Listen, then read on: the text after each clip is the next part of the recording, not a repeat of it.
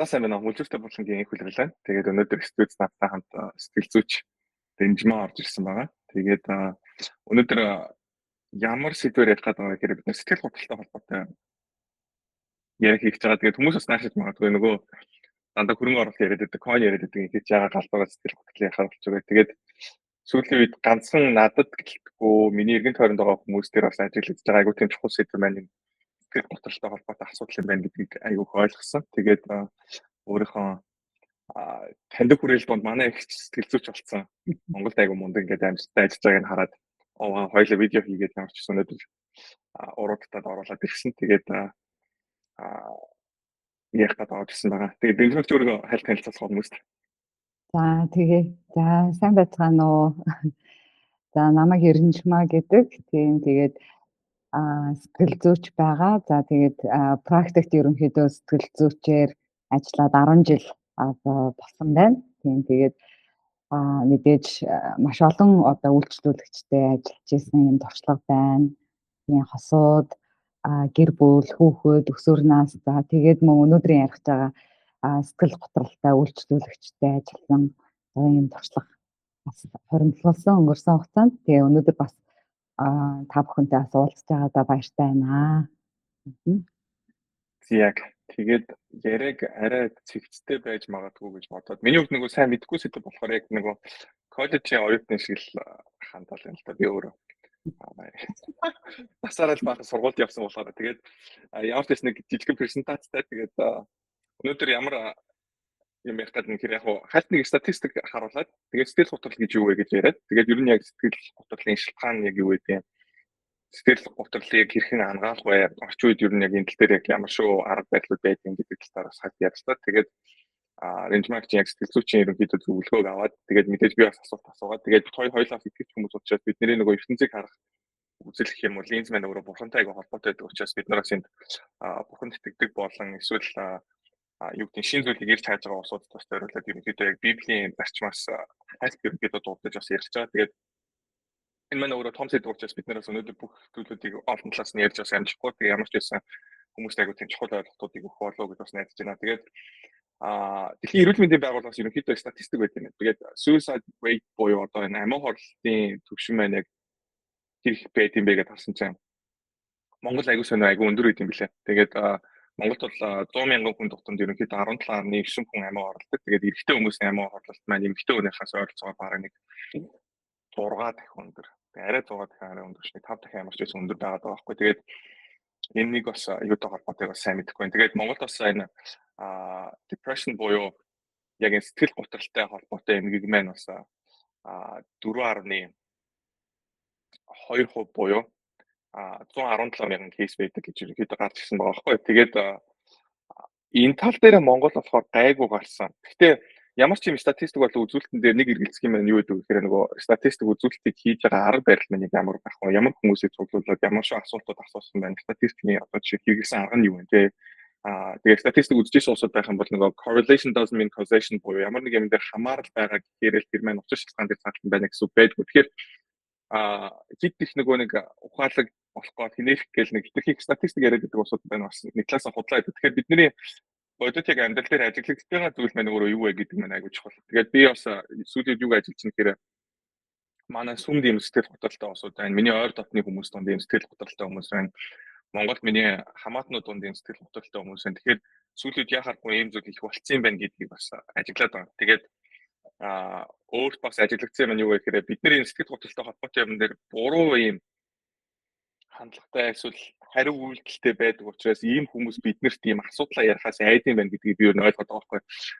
Тэр тусмаа би айгуу тийм токсик харилцаатай ер нь бол одоо чиний өдөр тутамдаа хүмүүст ойр дотны хүмүүстэй ярьж байхдаа жишээ нь хараалын хүмүүгээ бэлсдэг ч юм уу. Эсвэл нэг чи одоо сүртэй штэ юм амар завтай юм бараг утасчих зав байгаа юм амьдрал бодо хийх ажил хийх штэ юм уу. Иймэрхүү нэг юм хөрөг гэх юм уу нөгөө талдаа ингээд яг ингээд сэтгэлээ уудлах ямар ч юм хүн боломж өгдөг тийм ингээд зан чанартай төрлийн хүн би өөрөө байгаад байгаа байхгүй. Тэгээд 2 жилийн өмнө манай компани дээр бид нэг зоос гаргаад мөнгө босгоод тэгээ нөгөө мөнгөө компани дотроо бид нэг хулгай талдаад энэ тэр ингээ янз бүр болж шүү. Тэгээ тэр үед дараад нь юу болсон бэ гэхээр би өөрөө амар сэтгэлийн хаттай амар мундаг гэж бодож байсан байхгүй. Дээрээс нь давхар би өөрөө хөрөнгө оруулалт нэр алдаа гаргаад аяг мөнгө алдаад тэгээд би тэр үед нэг юмыг ойлгосон юу вэ гэхээр би амьдралтаа анх удаага би магадгүй сэтгэл готрол гэдэг зүйл яг надад одоо болоод байж магадгүй юм байна гэж би бодож хэлсэн байхгүй. Тэгэхээр миний хувьд ч гэсэн айгуу тийм яг ингээд нэг талаас нь миний зүг сэтгэл айгуу тийм ойр байгаа сэдв байгаа даа. Нөгөө талдаа би бас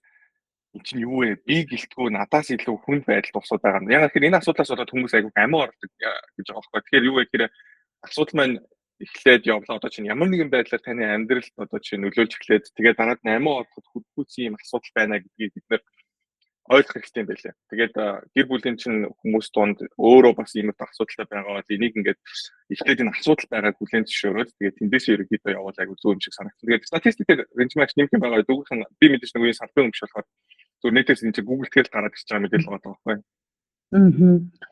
Тийм тэгэхээр сэтгэл тийм готрол гэхээр хүмүүс нэлээд тийм яг одоо энэ хөлөрлөлийн хэлж байгаа шиг нэлээд ноцтой тий эсвэл ингээд ямар энэ нэг хүн болгон магадгүй яг энд өртдөггүй ч гэдэг юм уу тий эсвэл би хизээж өртөхгүй ч гэж андуурах ч юм уу тохиолдлууд бас байдаг л та. Тэгээд яг бас судалгаагаар ерөнхийдөө хүн амын тий нийт одоо дэлхийн хүн амын 10 хүн тутмын нэг нь одоо бүхий л амьдралынхаа туршид ямар нэгэн байдлаар нэг удаа сэтгэл готролд орсон байдаг гэсэн юм судалгаа бас байдаг. Тийм тэгэхээр 10 хүн тутмын нэг нь амьдралынхаа туршид аль нэг үе дээрээ гэсэн үг шүү дээ тий. За тэгээд эмэгтэйчүүд эрчүүдээс 2 дахин илүү одоо сэтгэл готролд одоо орсон байдаг гэсэн юм судалгаа байдаг. За тэгээд мөн одоо готролтой хүмүүсийн сая бас хэлж байна л да. Одоо яг сэтгэл готролд орсон хүмүүсийн 10-аас 15% нь одоо амиа хорлсон гэсэн юм статистик одоо тоо баримт байдгаа. Тэгэхээр сэтгэл готролтой хүн болгон амиа хорлдоггүй.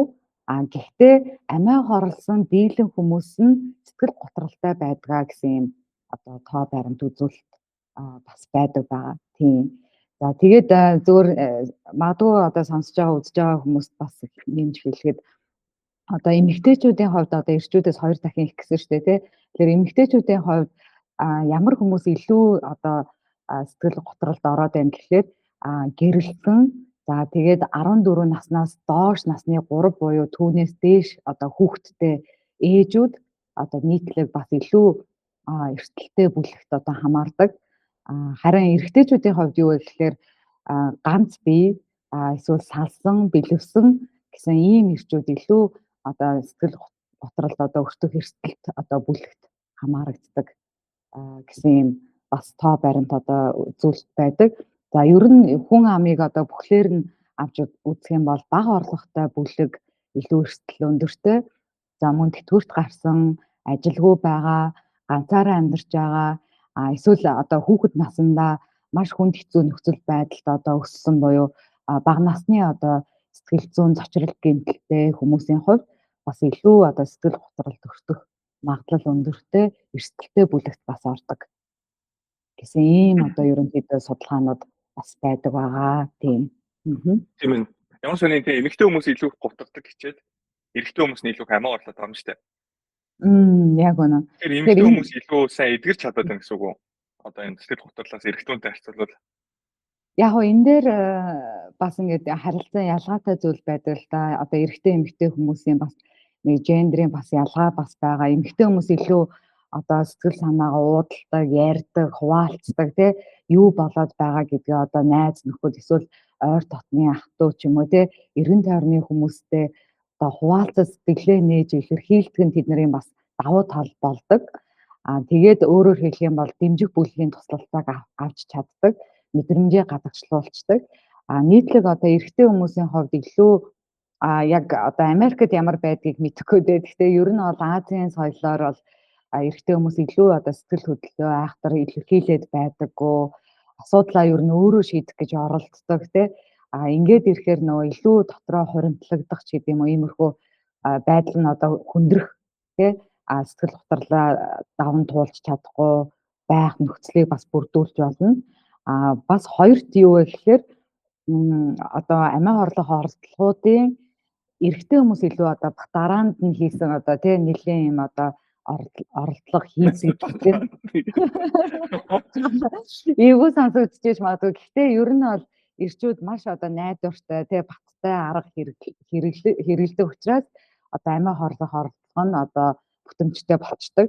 А эмэгтэйчүүд болохоор амиа хорлох талаар бодож байгаа, орлого хийж байгаа ч гэсэн тэр нь одоо яг тийм бүтэлтэй болохгүй бүтлгүүтэх ч гэдэм үү, тэгээд амьд үлдэх, тэгээд эргээд одоо даван туулах ч гэдэм үү, иймэрхүү бас ялгаанууд байдаг. Тийм учраас ийм хүүсийн хувьд бас ийм ялгаатай тоо баримтууд бас гардгаа гэж үздэг. Тийм. Айгу өрмөц юм байна. Тэгэхээр гол ерөнхийдөө асуулт маань энэ яг сэтгэл готрол гэж юу яриад байгаа юм те. Миний хувьд болохоор яг энэ ялгааг нь миний хувьд одоо ойлгох байгаа юм юу гэхээр хүн заримдаа чинь ингээ гонголдсон шүү дээ тий. Мэдээж ингээл юу гэдэг ажил төрөл онцгүй байж болно. Надад бол ажил хэцүү байл надад аюу хүн дээр төсдөг. Ягаад гэвэл нөгөө 3 хүүхэдтэй хүн учраас би ингээд эхнэр хүүхдээ гэр бүлээ одоо чинь юу гэдэг тэкэр хийж чадахгүй буюу одоо эр хүний хувьд хийх ёстой үргээ биелүүлж чадахгүй байгаа юм шиг надад мэдрэмж төрөх юм бол надад тэр бол аюу хүн дээр төсдөг чинь. Тэгээд залуу байхад тийм ямар байсан бэ гэж бодох юм бол магадгүй одоо чинь юу гэдэг найз хүнтэй байснаар найз хүнээс болж болох юм бол тэр аюу хүн дээр төсдөг ч юм уу тий. Өөр одоо жишээ нь иймэрхүү асуудлуудаас болоод мэдээж хүн ингэж гонголж болж байгаа байхгүй. Тэгээ магадгүй уурч болно. Эсвэл найз нөхөдөө ууж иж болно. Гэхдээ тэр нэг сэтгэлийн одоо жишээ нь нэг хүнд байгаа тэр нэг хэсэг нөгөө нэг сэтгэл гутралтай байх гэдэг хоёрын хооронд нэг айгуу том зөрөө байгаа гэх шиг байна. Тэгээд яг энэ нэг юу гэдгийг дээрээ нэг хүндрүүлсэн хувилбар нь гэж би бол дотроо хараад байгаа байхгүй. Эсвэл гэхдээ яг орчин үед яг энийг яг юу гэж тайлбарч хараад байна. Тийм тэгэхээр нэг хүн чинь угаасаа сэтгэл хөдлөлттэй штэ тий маш олон сэтгэл мэдрэмжүүд биднэрт илэрдэг тий. Тэгэхээр сэтгэлээр унах, уйтгарлах, гуниглах гэдэг одоо мэдрэмж бол биднэрт байдаг тий бидний амьдралд одоо тохиолдож байгаа эсвэл өдөр тутам магадгүй одоо жишээлх юм бол өнөөдөр Монголд бороотой өдөр байгаа байхгүй. Тэнгүүд бороотой өдөр магадгүй зарим хүмүүс айгүй гуниглдаг, уйтгарладаг тий. Гэтэл энэ нь сэтгэл хөдлөлийн нэг хэсэг болохоос биш бас сэтгэл готрол биш гэдгийг энэ хоёрыг одоо ялгаж салгаж ойлгох нь хамгийн чухал байгаа юм л да. Тийм тэгэхээр сэтгэл готрол гэдэг нь өөрөө одоо сэтгэл зүйн одоо эмгэг буюу сэтгэл зүйн яг өвчин гэж одоо тодорхойлогддог. За тэгээд мэдээж дотроо хүн одоо хөнгөн дунд зэрэг хүнд ч гэдэг юм ингээд ангилалтай байгаад байгаа.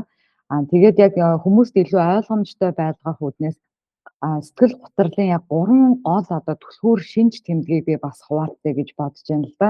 Тэгээ энэ нь юу байдаг вэ гэхээр нэгдүгээр байнгын сэтгэл гондоо байх. За магадгүй хүн ингээд заримдаа нэг сэтгэл гонигтай байх үе байдаг ч гэсэн одоо найзуудтай уулзаад хөвгчлөлтэй зүйл ярангуй сэргээд ч юм уу тий эсвэл дуртай зүйлээ хийгээд ирэнгүүт сэтгэл санаа нь одоо сайхан болоод өдрөг болоод тэр гонигтай мэдрэмж арилдаг тий. Харин сэтгэл готрлын хувьд байнгын сэтгэл гондоо байдаг. Нэг л тийм гонигтай гэхдээ энэ мэдрэмж дуусахгүй ч гэдэг юм уу ингээд үргэлжлээд байдаг. За хоёр дахь түлхүүр шинж тэмдэг нь юу вэ гэхээр амьдралын таашаал сонирхол одоо байхгүй болчдөг. Тэр хүн ямар нэгэн жижигхэн зүйлийг хүртэл те магадгүй дуртай амттнаа идэхэд л ингээл кайф мэдрээл тэр дуртай амтаараа дамжуулаад одоо сайхан мэдрэмж авдаг те. За эсвэл одоо дуртай хобби ч юм уу те хоббигоо хийхээр сэргдэг. Гэтэл яг сэтгэл готрлын энэ хоёр дахь түлхүүр шинж тэмдэг нь амьдралын одоо ямар ч хэсгээс одоо таашаал сонирхол байхгүй одоо авахаа болждөг гэж ойлгож байна. За гурав дахь гол түлхүүр шинж тэмдэг нь юу байдаг вэ гэхээр ядарч сулдах. За энэ нь байнгын тий уг нь ингээд амраад байгаа хэрнээ унтаад байгаа хэрнээ эсвэл ямар нэгэн хүнд хүчээр ажил хийгээгүй хэрнээ өдрө болгон ядраад идэг, сулдсан байгаа, ерөөсө хүчгүй байгаа, босох тэнхэлгүй ч гэдэг юм уу тий ийм ядарч сулдах мэдрэмж гэж байгаа. Тэгэхээр энэ гурван одоо яг түлхүүр шинж тэмдэг нь одоо яг зүгээр гуниглах, ганцаардах тий уйтгарлах гэдэг одоо сэтгэл хөдлөлөөс сэтгэл готрол юугаараа ялгаатай вэ гэдгийг илүү тодтогож ойлгоход бас туслах байхаа гэж бодож байна. Дахиад хэлэх юм бол байнгын сэтгэл гондоо байх, за амьдралын таашаал сонирхолгүй болох, за тэгээд байнгын ядарч сулдах гэсэн ийм одоо шинж тэмдгүүд байдаг. Юун дээр нөгөө интернет тайлбар дээр болохоор 14 хоног ингээд тасралтгүй жишээ нь байнгын ингээд гуниглаад байх юм бол тэгээ өдөр тутмын жишээ нь хийдэг ажлуудаа хийж чадахгүй бол тий. Тэгээд юу гэдэг нойр чинь одоо жишээ ингээд нойрны чинь дэглэм өөрчлөгдсөн буюу хэтэрхий их унтаад эсвэл ерөөсөө огт унтаж чадахгүй байх юм бол тэр жишээ нь ингээд бас готролж магадгүй тэргээ бичсэн байгаа юм бол хүн уншсан. Тэгээд Мм.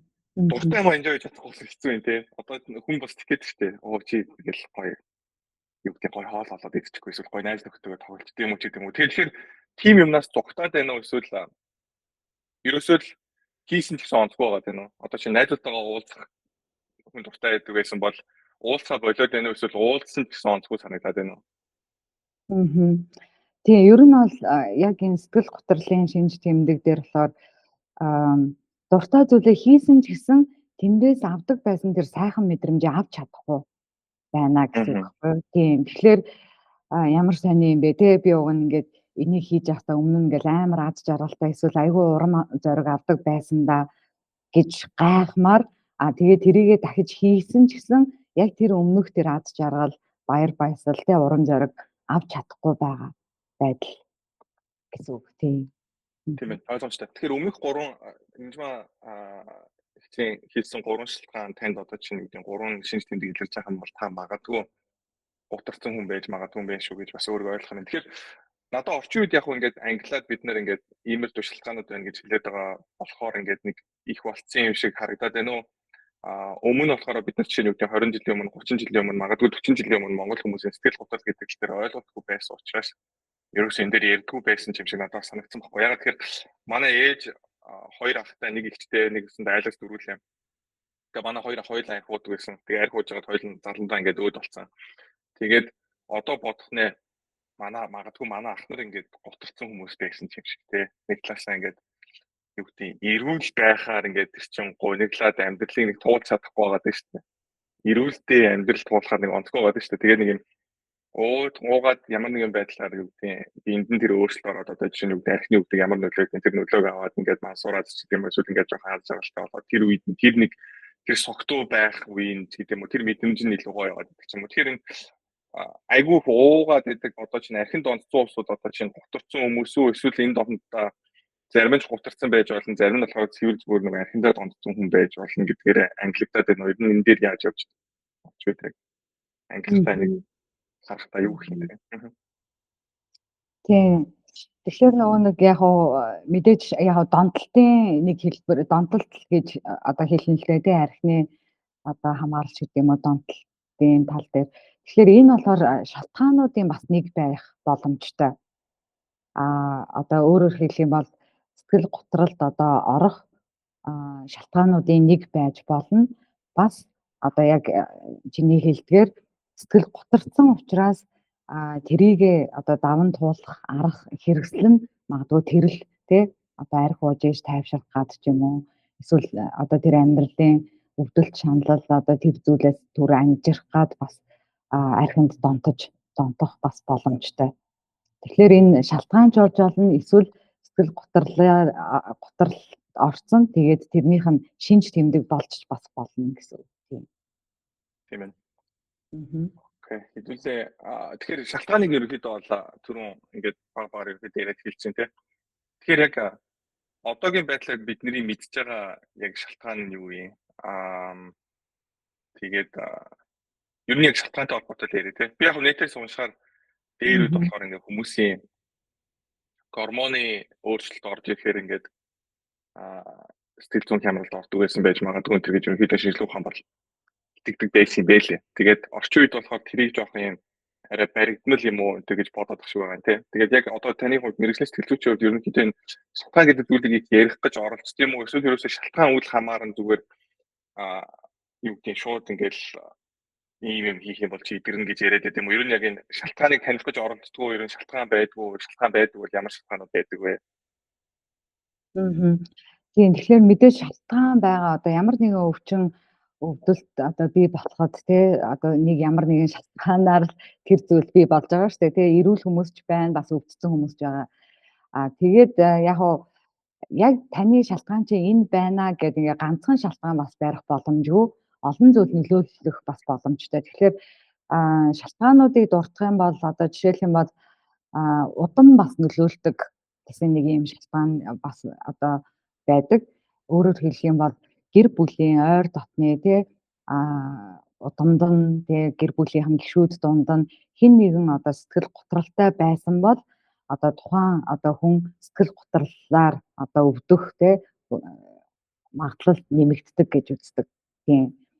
За тэгээд энэ болохоор ген буюу удамтай бас холбоотойгоор за мөн одоо дааврын шалтгаан сая бас хэллээ шүү дээ. Энэ дээр жоохон маргалдаж байгаа гэд гэхдээ дааврын бас ер нь шалтгаантай гэж үздэг. За энэ дээр болохоор яг хүний сэтгэл санаа сэтгэл хөдлөлтэй бас даавраас шалтгаалсан сэтгэл одоо хөдлөлүүд маш их байдаг.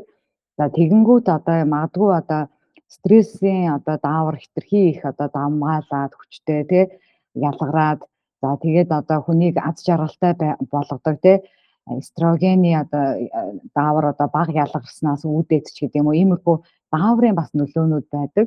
Гэхдээ энэ нь болохоор цэвэр зөвхөн одоо даавар гэсэн үг биш тий одоо олон шалтгаануудын нэг нь гэж ойлгож байна.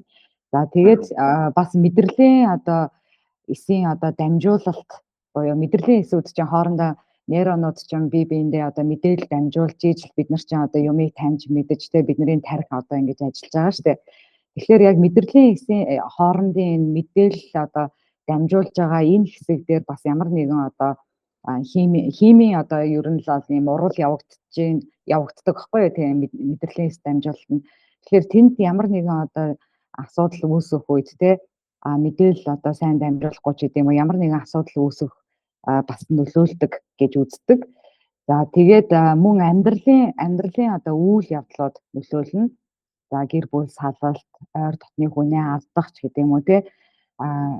Тэгэхээр ер нь бол сэтгэл готролд орсон хүмүүсийн одоо сэтгэл готрлын шинж тэмдэг илэрхээс 6 сарын өмнө амьдралд нь ямар нэгэн одоо томоохон цочорхоор ч юм уу одоо хүнд хэцүү ч юм уу ямар нэгэн үйл явдал ер нь тохиолдсон биелэнхтэй одоо байх тохиолдлууд байдаг бахна. Тэгэхээр энэ амьдралын өөрчлөлтүүд гинтийн зүйлүүд бас сэтгэл готролд бас хүргэдэг. За мөн одоо хувь хүний одоо чанар гэдэг юм уу шинж чанар ч гэдэг юм уу бие хүний онцлог бас нөлөөлөх тохиолдол байдаг. Одоо жишээлх юм бол бүх зүйлийг одоо төгс төвлөрөх хийх одоо төгс үзэлтэн гэж ярьдаг шүү дээ тий. За тийм одоо үзэлтэй хүн байвал бүх юм төгс байх боломжгүй учраас маш их одоо тэрнээсээ болж стрессдэх одоо урам хугарах ч гэдэг юм өөрийгөө голох бусдыг буруутгах ч гэдэг юм ингээд тэрнээс үүдэлтэйгээр сэтгэл готрол бас орох боломжтой. За мөн шалтгаануудын нэг нь түрүүн хоёулагийн ярьжсэн донтолтууд бас байгаа. Арх одоо мансууруулах бодисын одоо донтолтууд. Тэгээд энэнийг ер нь цааш шалтгаан дандаа л сэтгэл зүйн ер нь асуудлууд бас байдаг. За тэгээд мөн сэтгэл готролд орох шалтгааны бас нэг нь өвчин бас байдаг. Одоо удаан хугацаанд хүнд өвчнөөр өвдөх нь өөрөө сэтгэлээр унах, сэтгэлээр готрах За энэ дээр одоо хавдар ч юм уу өрөвсөл за мөн одоо гормоны им уух хавдрын им уух зэрэг нөгөө эмийн нөлөөнүүд бас ингэж бие физиологт одоо өөрчлөлт оруулж бас ингэж сэтгэл готрох нэг шалтгаан бас болж болно. Витамины дутагдал ч гэдэг юм уу За ийм олон ер нь шалтгаанууд байдгаа. Тэгээ яг зөвхөн танд энэ л нөлөөлжээ гэж бас хэлэхэд хэцүү. Гэхдээ ер нь бол одоо амьдрал тохиолдож байгаа үйл явдал сэтгэл зүйн асуудлууд илүү одоо хүчтэй байдаг. Зүгээр миний туршлагаар ингэж харахад тийм. Тэгээ түрүүн бас дурдчихсан бага насндаа авсан одоо траума буюу одоо сэтгэл зүйн гэмтэл цочрол бас сэтгэл готрох бас нэг том шалтгаан бас болдог. Тийм. Тийм байна. Тэгэхээр угаасаа сайн ярьж байгаа юм чинь шууд эмчилгээтэй холбоотой яриаг ерөөхдөө ярьж болох нь. Тэгэхээр юун дээр эмчилгээ хийхдээ шалтгаанаас үл хамааран зүгээр тодорхой ингээд нэм одоо орчууд иймэрдүү одоо жишээ нь 10 шиг төрлийн нэмийг зүгээр интернетээр ингээд судлахад угаасаа гарч ирж байгаа. Шалтгаанаас үл хамааран иймэрдүү арга хэмжээнүүдийг авч гин үү эсвэл одоо жишээ нь хүнийг юу гэдэг түрүүчийн 3 шаардлагыг хараад за ингээд энэ бол ингээд гутарсан хүн юм байна гэд ямар нэгэн байдлаар хүн өөрийгөө ч гэсэн мэдээд тэгээд одоо чинь тань дээр ирээд ингээд уулзсан болно та жишээ нь тэр хүний шалтгааныг олж харж таних гэж оролдож гин үү эсвэл ер нь яг яаж эмчилгээ ямар шууд дараалалаар яваад байгаа тэгээд энэ эмчилгээнүүдийн аль нь тохиромжтой юм бэ гэдгийг яаж шийдээд байгаа юм те дээрэс нь одоо тэр яг тэр шалтгаан жишээ нь яг эмчилгээтэйгээ холбоотой байх юм уу эсвэл холбоогүй байх юм уу гэдэг асуултууд ерөөдөө бас яриад чинь. Тэгээд яг нь интернет дээрс эмчилгээнүүдийг 10 төрлийн эмчилгээнүүдийг хальт урдах юм бол нэмийн эмчилгээ, сэтгэл зүйн эмчилгээ, амьдралын хэм маягт өөрчлөлт оруулах альтернатив бол нэмэлт эмчилгээ, цахилгаан шокийн эмчилгээ, тэгээд транс энэ юуны соронзон өдөөлт гинэ. Нэг иймэрхүү бас юмнууд байдаг гэж би бас нийтлээс харсан. Тэгээд вагус мэдрэлтийн өдөөлт гэдэг нэг иймэрхүү юм тахинд нэг юм өдөөлтөд өгөх нэг юм оролцоод бас яваад шиг одоо юу гэдэг техник үйл ажиллагаа жоохон өөрчлөгдсөн гэж үзгээд байх шиг байгаа юм. Миний ойлгож байгаа бол тэгээд кетамин эмчилгээ гэж би нэг юу гэдгийг яг сайн ойлгоогүй. Тэгээд сэтгэл зүйн эмчилгээгээд дэмжсэн сэтгэл санснаас тэгээд дэмжих бүлгүүдгээ түрүүн бас нэрмжмагч ярьж байсан. Тэгээд энэ сэдвээр та ерөнхийдөө нэг дэлгэрүүлээд ярих уу? За тийм. Тэгэхээр эмчилгээ рүү орохын тулд эхлээд яг энэ хүн маань одоо сэтгэл готрол энэ одоо үйлчлүүлэгч маань сэтгэл готролтой байна уу үгүй юу гэдгийг одоо яг сэтгэл зүйч бидний хувьд юу вэ гэхээр шинж тэмдгээр нь одоо таньдаг гэх юм уу. За тэгээд яг шаардлагатай ер нь за үйлчлүүлэгчээ одоо шинж тэмдгүүдийн сонсож байгаа сэтгэл готрлын шинж тэмдгүүдийг одоо ялгаад за ер нь сэтгэл готролтой байгаа юм байна да ч гэдэг юм уу тий. Тэгэхээр цаашаа эмчилгээ рүүгээ одоо орно гэсэн үг. Гэхдээ тийм тэгэхээр эхлээд нөгөө шинж тэмдгүүдээ аягүй сайн мэддэг байх хэрэгтэй гэж ерөнхийдөө ойлгож болно. Тэгэхээр шинж тэмдгүүдийг зүгээр дурдах юм бол одоо хоолны дуршил алдагддаг. Зарим нь хит хиддэг, зарим нь багасчдаг тий. Тэгэхээр жин нэмэгдэн эсвэл жин хасагддаг. За биеийн жин дээр асуудал үүснэ, хоолны дуршил асуудалтай болно, нойрны тал дээр бас асуудалтай болно. Зарим сэтгэл готрол орсон хүмүүс нойргууддаг, шөнө унтаж чадхаа болчдаг тий. Зарим нь болохоор хитрхи хунтаад байдаг. Унтаад байгаа хэрнээ амарсан одоо шинжгүй тий, амарсан мэдрэмжгүйгээр сэргэж гэдэг юм уу тий.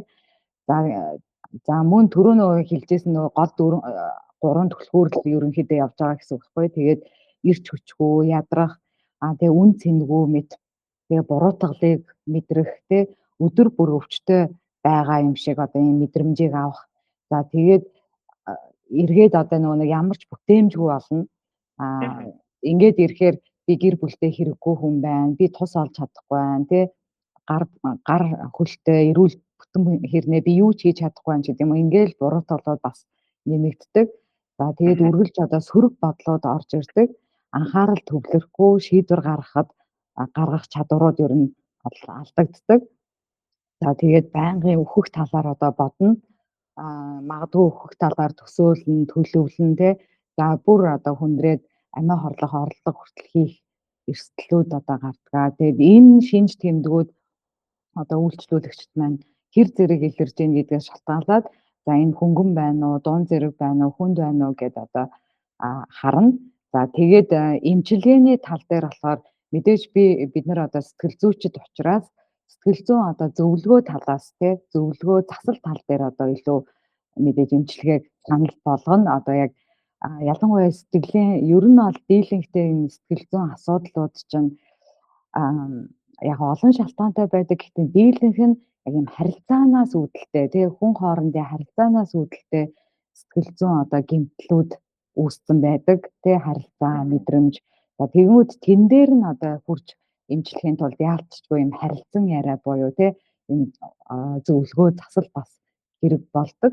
За мэдээж зөвхөн одоо зөвлөгөө гэж яахгүй, мэдээж дунд буюу арай хүнд хэлбэрийн одоо сэтгэл готрлын шинж тэмдэгтэй байвал тэр хүмүүсийг сэтгцийн эмч рүү одоо чиглүүлдэг. Ингээд ирэхээр сэтгцийн эмч өөрөө онш тавиад тохирсон одоо эмийн эмчилгээг бас бичиж өгдөг. Тэгээд яг дунд болон хүндтэй яг эмчилгээ шаардлагатай үйлчлүүлэгчд маань эмийн эмчилгээ хэрэглээ зогсохгүй давхар сэтгэл заслын одоо үйлчилгээ авах юм бол илүү үр дүнтэй байдаг. Яагаад гэвэл энэ бол одоо тухайн шинж тэмдгүүдийг дарж өгж байгаа тий, шинж тэмдгүүдийг одоо зохицуулж өгж байгаа. Сэтгэл зүйн засал маань илүү цаад уг шалтгаан дээр одоо ажиллах эмчлэх тэр боломжийг олгож идэг.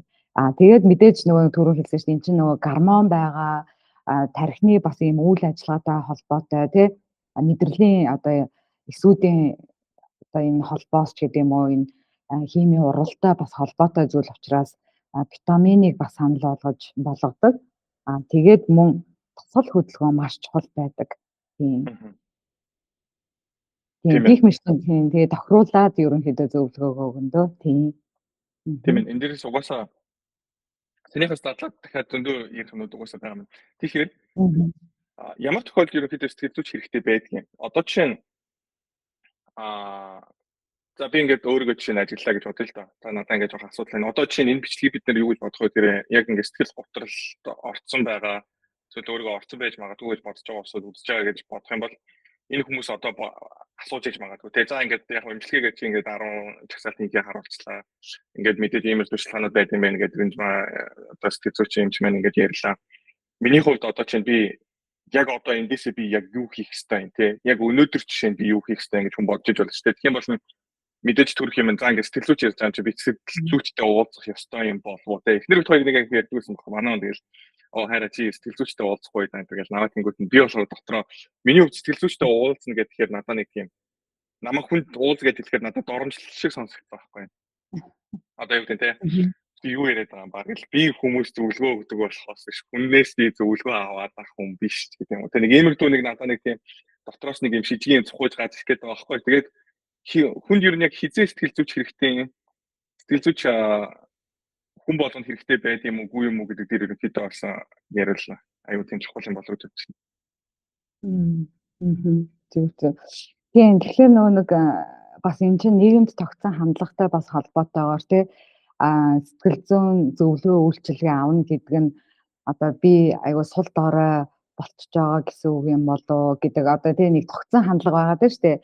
Одоо нэг үе бодвол одоо Монголд ингээд хамаагүй эртчээд байгаа юм тийм. Тэгээд бараг 10 жилийн өмнө ч юм уу тий сэтгэл зүйчдэр очино гэвэл би сэтгцэн ямар нэгэн өвчтэй биш ээ тий сэтгцэн ямар нэгэн асуудалтай ялангуяа одоо магадгүй сэмүүтэд тий шар хаданд хэвтэх тэр өвчтөнгүүд л одоо сэтгэл зүйчдэр очино гэдэг юм нийтлэг ойлголттой байсан. Гэтэл яг үүндээ одоо тэр чинь яг мэдээж одоо нөө өвдсөн онцтой хүмүүс бол хэвтээд эмчилгээгээ хийлгээд одоо амьдралын чанар нь сайжраад явж байгаа. Сэтгэл зүйчдэр сэтгцийн хувьд тулгамдсан асуудалтай хүмүүс ерөнхийдөө ханддаг. Тийм тулгамдсан асуудалтай гэдэг нь бидний амьдралд те ямар нэгэн асуудал бэрхшээл тулгамддаг. Тэгээд тэрийгээ бид нар бас өөрсдөө зохицуулаад даван туулаад чаддаг.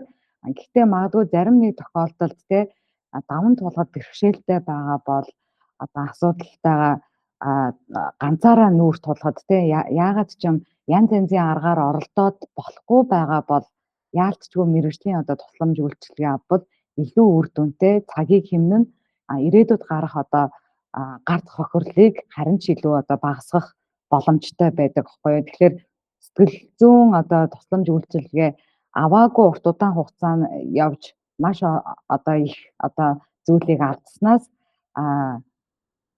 мэдээд ч юм уу те одоо за надад тусламж хэрэгтэй байна гэд эртхэн тусламж авчвал маш олон зүйлийг хэмнэх боломж бас олддог.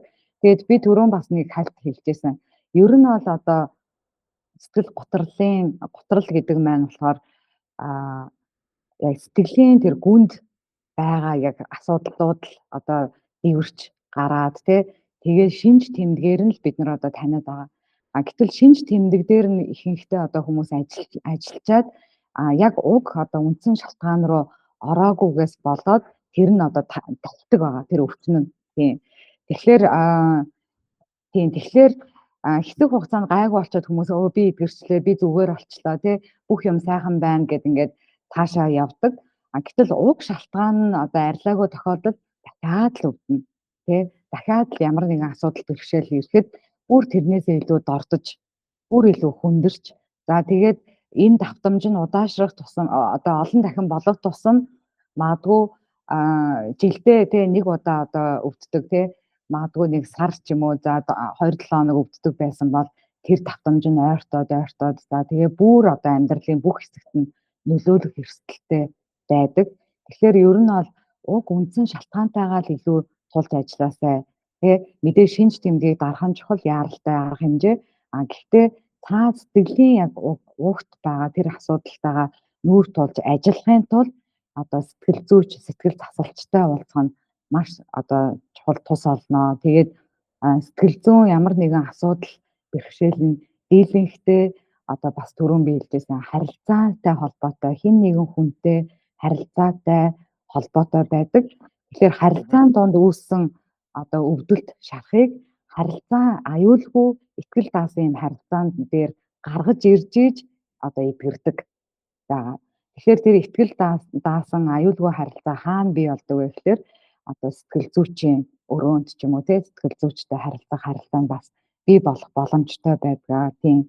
Тэгэхээр тийм ер нь аль тийм тэгээд ихэнх үйлчлүүлэгчид ер нь тэгэл за би нэг сэтгэл зүйчдэр очих юмсан гэж бодсоор зарим нь 1 жил 2 жилийг ардаа өнгөрөөчөөд за нэлээд хүндэрчээд ч юм уу те бүр асуудал бүр ингээд бараг аминд тулах хэмжээнд хүрчээд ирэх тохиолдлууд бас байдаг. Тэгэхээр хэрвээ тань зүгээр яагаад ч юм мэрэгжлийн хүн дээр нэг очичмоор юм шиг л одоо тий бодол мэдрэмж төрж ивэл бити хойшлуулаарэ тий уулзаад үзээрэй л гэж хэлмээр энэ да.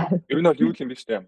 Энэ бичлэгийг баг сонирхоод үзчихлээ баг танд баг угаасаа таны дотроосоо баг та уулзах ёстойгоо мэдээд байгаа байж магадгүй юм байна л гэсэн юм ба штэ. Тэгэхээр заавал юу гэдэг нэг тийм тартаг дээрээ тулаад нэг амар аимшигт асуудалд орчоод байгаа сэтгэлжтэй уулзахаасаа илүүтэйгээр эртхэн шиг ерөнхийдөө уулзвал эн чинь эргээгээ таны амьдралд очиж болох айгүй том гар цохирлыг ганцхан танд гэлтгүй те эргэн тойрныхоо хүмүүст ч гэсэн юу гэдэг таны хийж болох хамгийн чухал зүйлүүдийн нэг юм байна шүү гэж бас ойлгох юм байна. Дээрэс нь гэр бүлийн чинь хүн одоо юу гэдэг дотны чинь хүмүүс ингээд өвдсөн сэтгэл зүйн анги асуудалтай байх юм бол одоо чинь юу гэдэг та тэр хүмүүсийг ч гэсэн магадгүй хүнтэй уулзахын дэмжээд те хүмүүнтэй уулзах байх уу гэдэг тэгээ санхүүгээр боломжгүй хүн байх юм бол магадгүй юу гэдэг тэр энэ магистр нэг хэд удаагийн сешн дээр явах хэрэгтэй тэрийн та өөрөөсөө гаргаж ч юм уу иймэрхүү байдлаар бодлого юм ба та магадгүй тэр хүнд хийж болж байгаа хамгийн тэр чухал зүйл чинь тэрийн болов гэж бас ойлгож болох юм байна. Тэгээд энэ дээрээс ерөөхдөө бол задлаад дахиад ингээд юмнуудаа ярих юм бол энэ имчилгээтэй холбоотой шалтгаантай холбоотой юмнууд ингээд задлаад ярих зөндөл юм байна л да. Миний хувийн ингээд туршлагуудаас одоо чинь ингээд задлаад нэгнээс нь яриад л жишээ нь манай ээж одоо чинь 2000 хэдэн онд энэ 16 онд манай хойд цэцгээс салаад тэгээд бид нэр манай дүүнэрийг аваад бид нэгээ тусдаа гарч ирсэн баггүй. Тэгээд тэр бол одоо жишээ нь юу гэдэг ээжийн хувьд тэр манай дүүгийн хувьд тэр бидний хувьд ингээд бүгдээрэнд нь айгуу тийм одоо таны хэлдгээр нөгөө яг харилцаатай холбоотой одоо жишээ нь юу гэдэг тэр trauma гэдэг зүйл рүү хүч одоо үйлдэл одоо чинь болсон байгаа байхгүй. Тэгээ манай дүүнерт бол айгуу жишээ нь хүн дээр тусчихсан. Манай охин дүүд спешиал айгуу хүн дээр тусчихсан. Одоо ч гэсэн юм бид бол ингээд заримдаа ингээд айгуу тийм emotional ингээд байгаад хаана би дүүгээс онцдог байхгүй. Тэр үед бид нэр бас дүүтэйг ингээд зүг харьцааг үүсэлээд ингээд ямар нэгэн байдлаар юу гэдэг нэг тэрнээсээ шахалтай үлдсэн болов уу гэж хаа ингээл юмыг бас сэтгүүлэн боддог л тоо. Тэгээд яг дүүдгээ би ярьдаг тэгээд иймэрхүү дөнөд байгаа мөн. Тэгээд магадгүй энд Америкт бас өөрөө сэтгэл зүйчтэй ерөөхдөө 7 хоног болгон одоо уулзаад байгаа хаа ямарч ийсэн. Тэгээд яг Америкт ингээд нэг талаасаа хүүхдүүд юу гэдэг сургууль болон их сургуулийн тэлтэй холбоотой ингээд мэдээллүүдийг сайн өгж байгаа учраас яг ингээд надад сэтгэл зүйч хэрэгтэй юм байна гэж бас ойлгоод шүү. Монголд бол надад тэр нь арай дутмаг байж магадгүй санагцаа. At least намайг Монголд амьдарч байгаа. Би одоо хамгийн сүүлд 2019 онд Монголд амьдарч ирсэн. Тэгэхээр гайг байгаас тэ 5 жилд нэг сүртэй өөрчлөж байгаа л үү. Тэгээд тэр үед нэг ажилласан юм нь юу вэ гэхээр Монголоос нэг юм сүмийн пастор ирээд тэгээд ээж бит хоёр яхан гэж уулзаад манай ээж л яг тэр хүнийг ингээл хүндлээл хоол моолнд оруулаад тэгэл яг ээж бас ингээл уус байгаа асуудлаа амьдрал одоо яг тухайн үед бидний хувьд тулж исэн чухал асуудал ерөнхийдөө зүйл маань тэрлээсэн байгаа байхгүй. Тэрийг ингээд ярьсан чинь тэр ингээ христчүүн байгаа даа шүү дээ. Бид нэг бодохоор ингээ христчүүн одоо мундаг пастор хүн ч гэдэг юм уу те одоо манайх нар монголчуудынхаар бол одоо чинь христ гэдэг хүмүүс ахын болаана гэж ойлгож байна. Тийм мундаг хүн дээр очиод ингээ зөвлөгөө авах гад ингээ нэг юм ярангууд яадаг гэхээр шууд өөдөөс ингээ нэг библийн ишлэл боомжтой юм уу те эсвэл одоо чинь өөртөө тэхэл хэрэгтэй, тэнгэл хэрэгтэй гэдэг ингээл ингээ хүнд нэг юм шууд ингээл нэг тэгин гэсэн зөвлөгөөнүүд өгөөл нэг өгж исэн баггүй. Тэгээд тэр үед миний дотор ингээ төрж исэн юм нь юу вэ гэхээр надаа нэг юм бидний ингээд нөхцөл байдлыг ойлгохгүй, especially энэ тохиолдолд тэр манай ээжийн хувьд ингээд юу гэдэг амьдралынхаа ингээд нэг юм тодорхой ингээд айгуу тийм юу гэдэг чухал гэж хэлэх үе эсвэл нэг амар тийм том өөрчлөлт гэх үе ерөөхдөө нэг юм даваад явж байгаа үе дээр нь ээжийн амьдралыг тэр хүн бүтэн мэдэхгүй штэ. Тэгээд яг тодорхой хэмжээнд ингээд над бид нарт юм болсон нэтэр гээл ингээд Монголоос ирээд энэ төр гээл нэг иймэр төмнөд явж байгаа. Тэгвэл нэг юм шууд библиэс ишиж татаа шууд ингээд нэг иймэрдүүнийг сонь ингээд нэг хөлдүү гэх юм уу ойлгохгүй гэх юм уу иймэрдүү зөвлөгөөнүүд өгч ийсэн надаа тэр үед надад айгу offensive санагдчихсан байхгүй. Монголоор одоо юу гэх юм те миний айгу гидэн хөтлөгчсэн байхгүй. Би тэгээд айгу миний лав айгу дур хүрчихсэн. Тэгээд тэр үед бол яг тэр үед би христчэн хүмүүстэй ер нь иймэрдүү юмнуудаа яриад хэрэггүй юм байна гэж би боддог байсан. Ягаад тэгэхээр надад нэг тийм христчэн хүмүүс нэг юм мэдрэмжгүй юм шиг нэг тийм жоохон баглаа санагдаад байдаг байхгүй. Одоо тэрийг бол яг би бол юу гэж англиад байгаа юм бэ?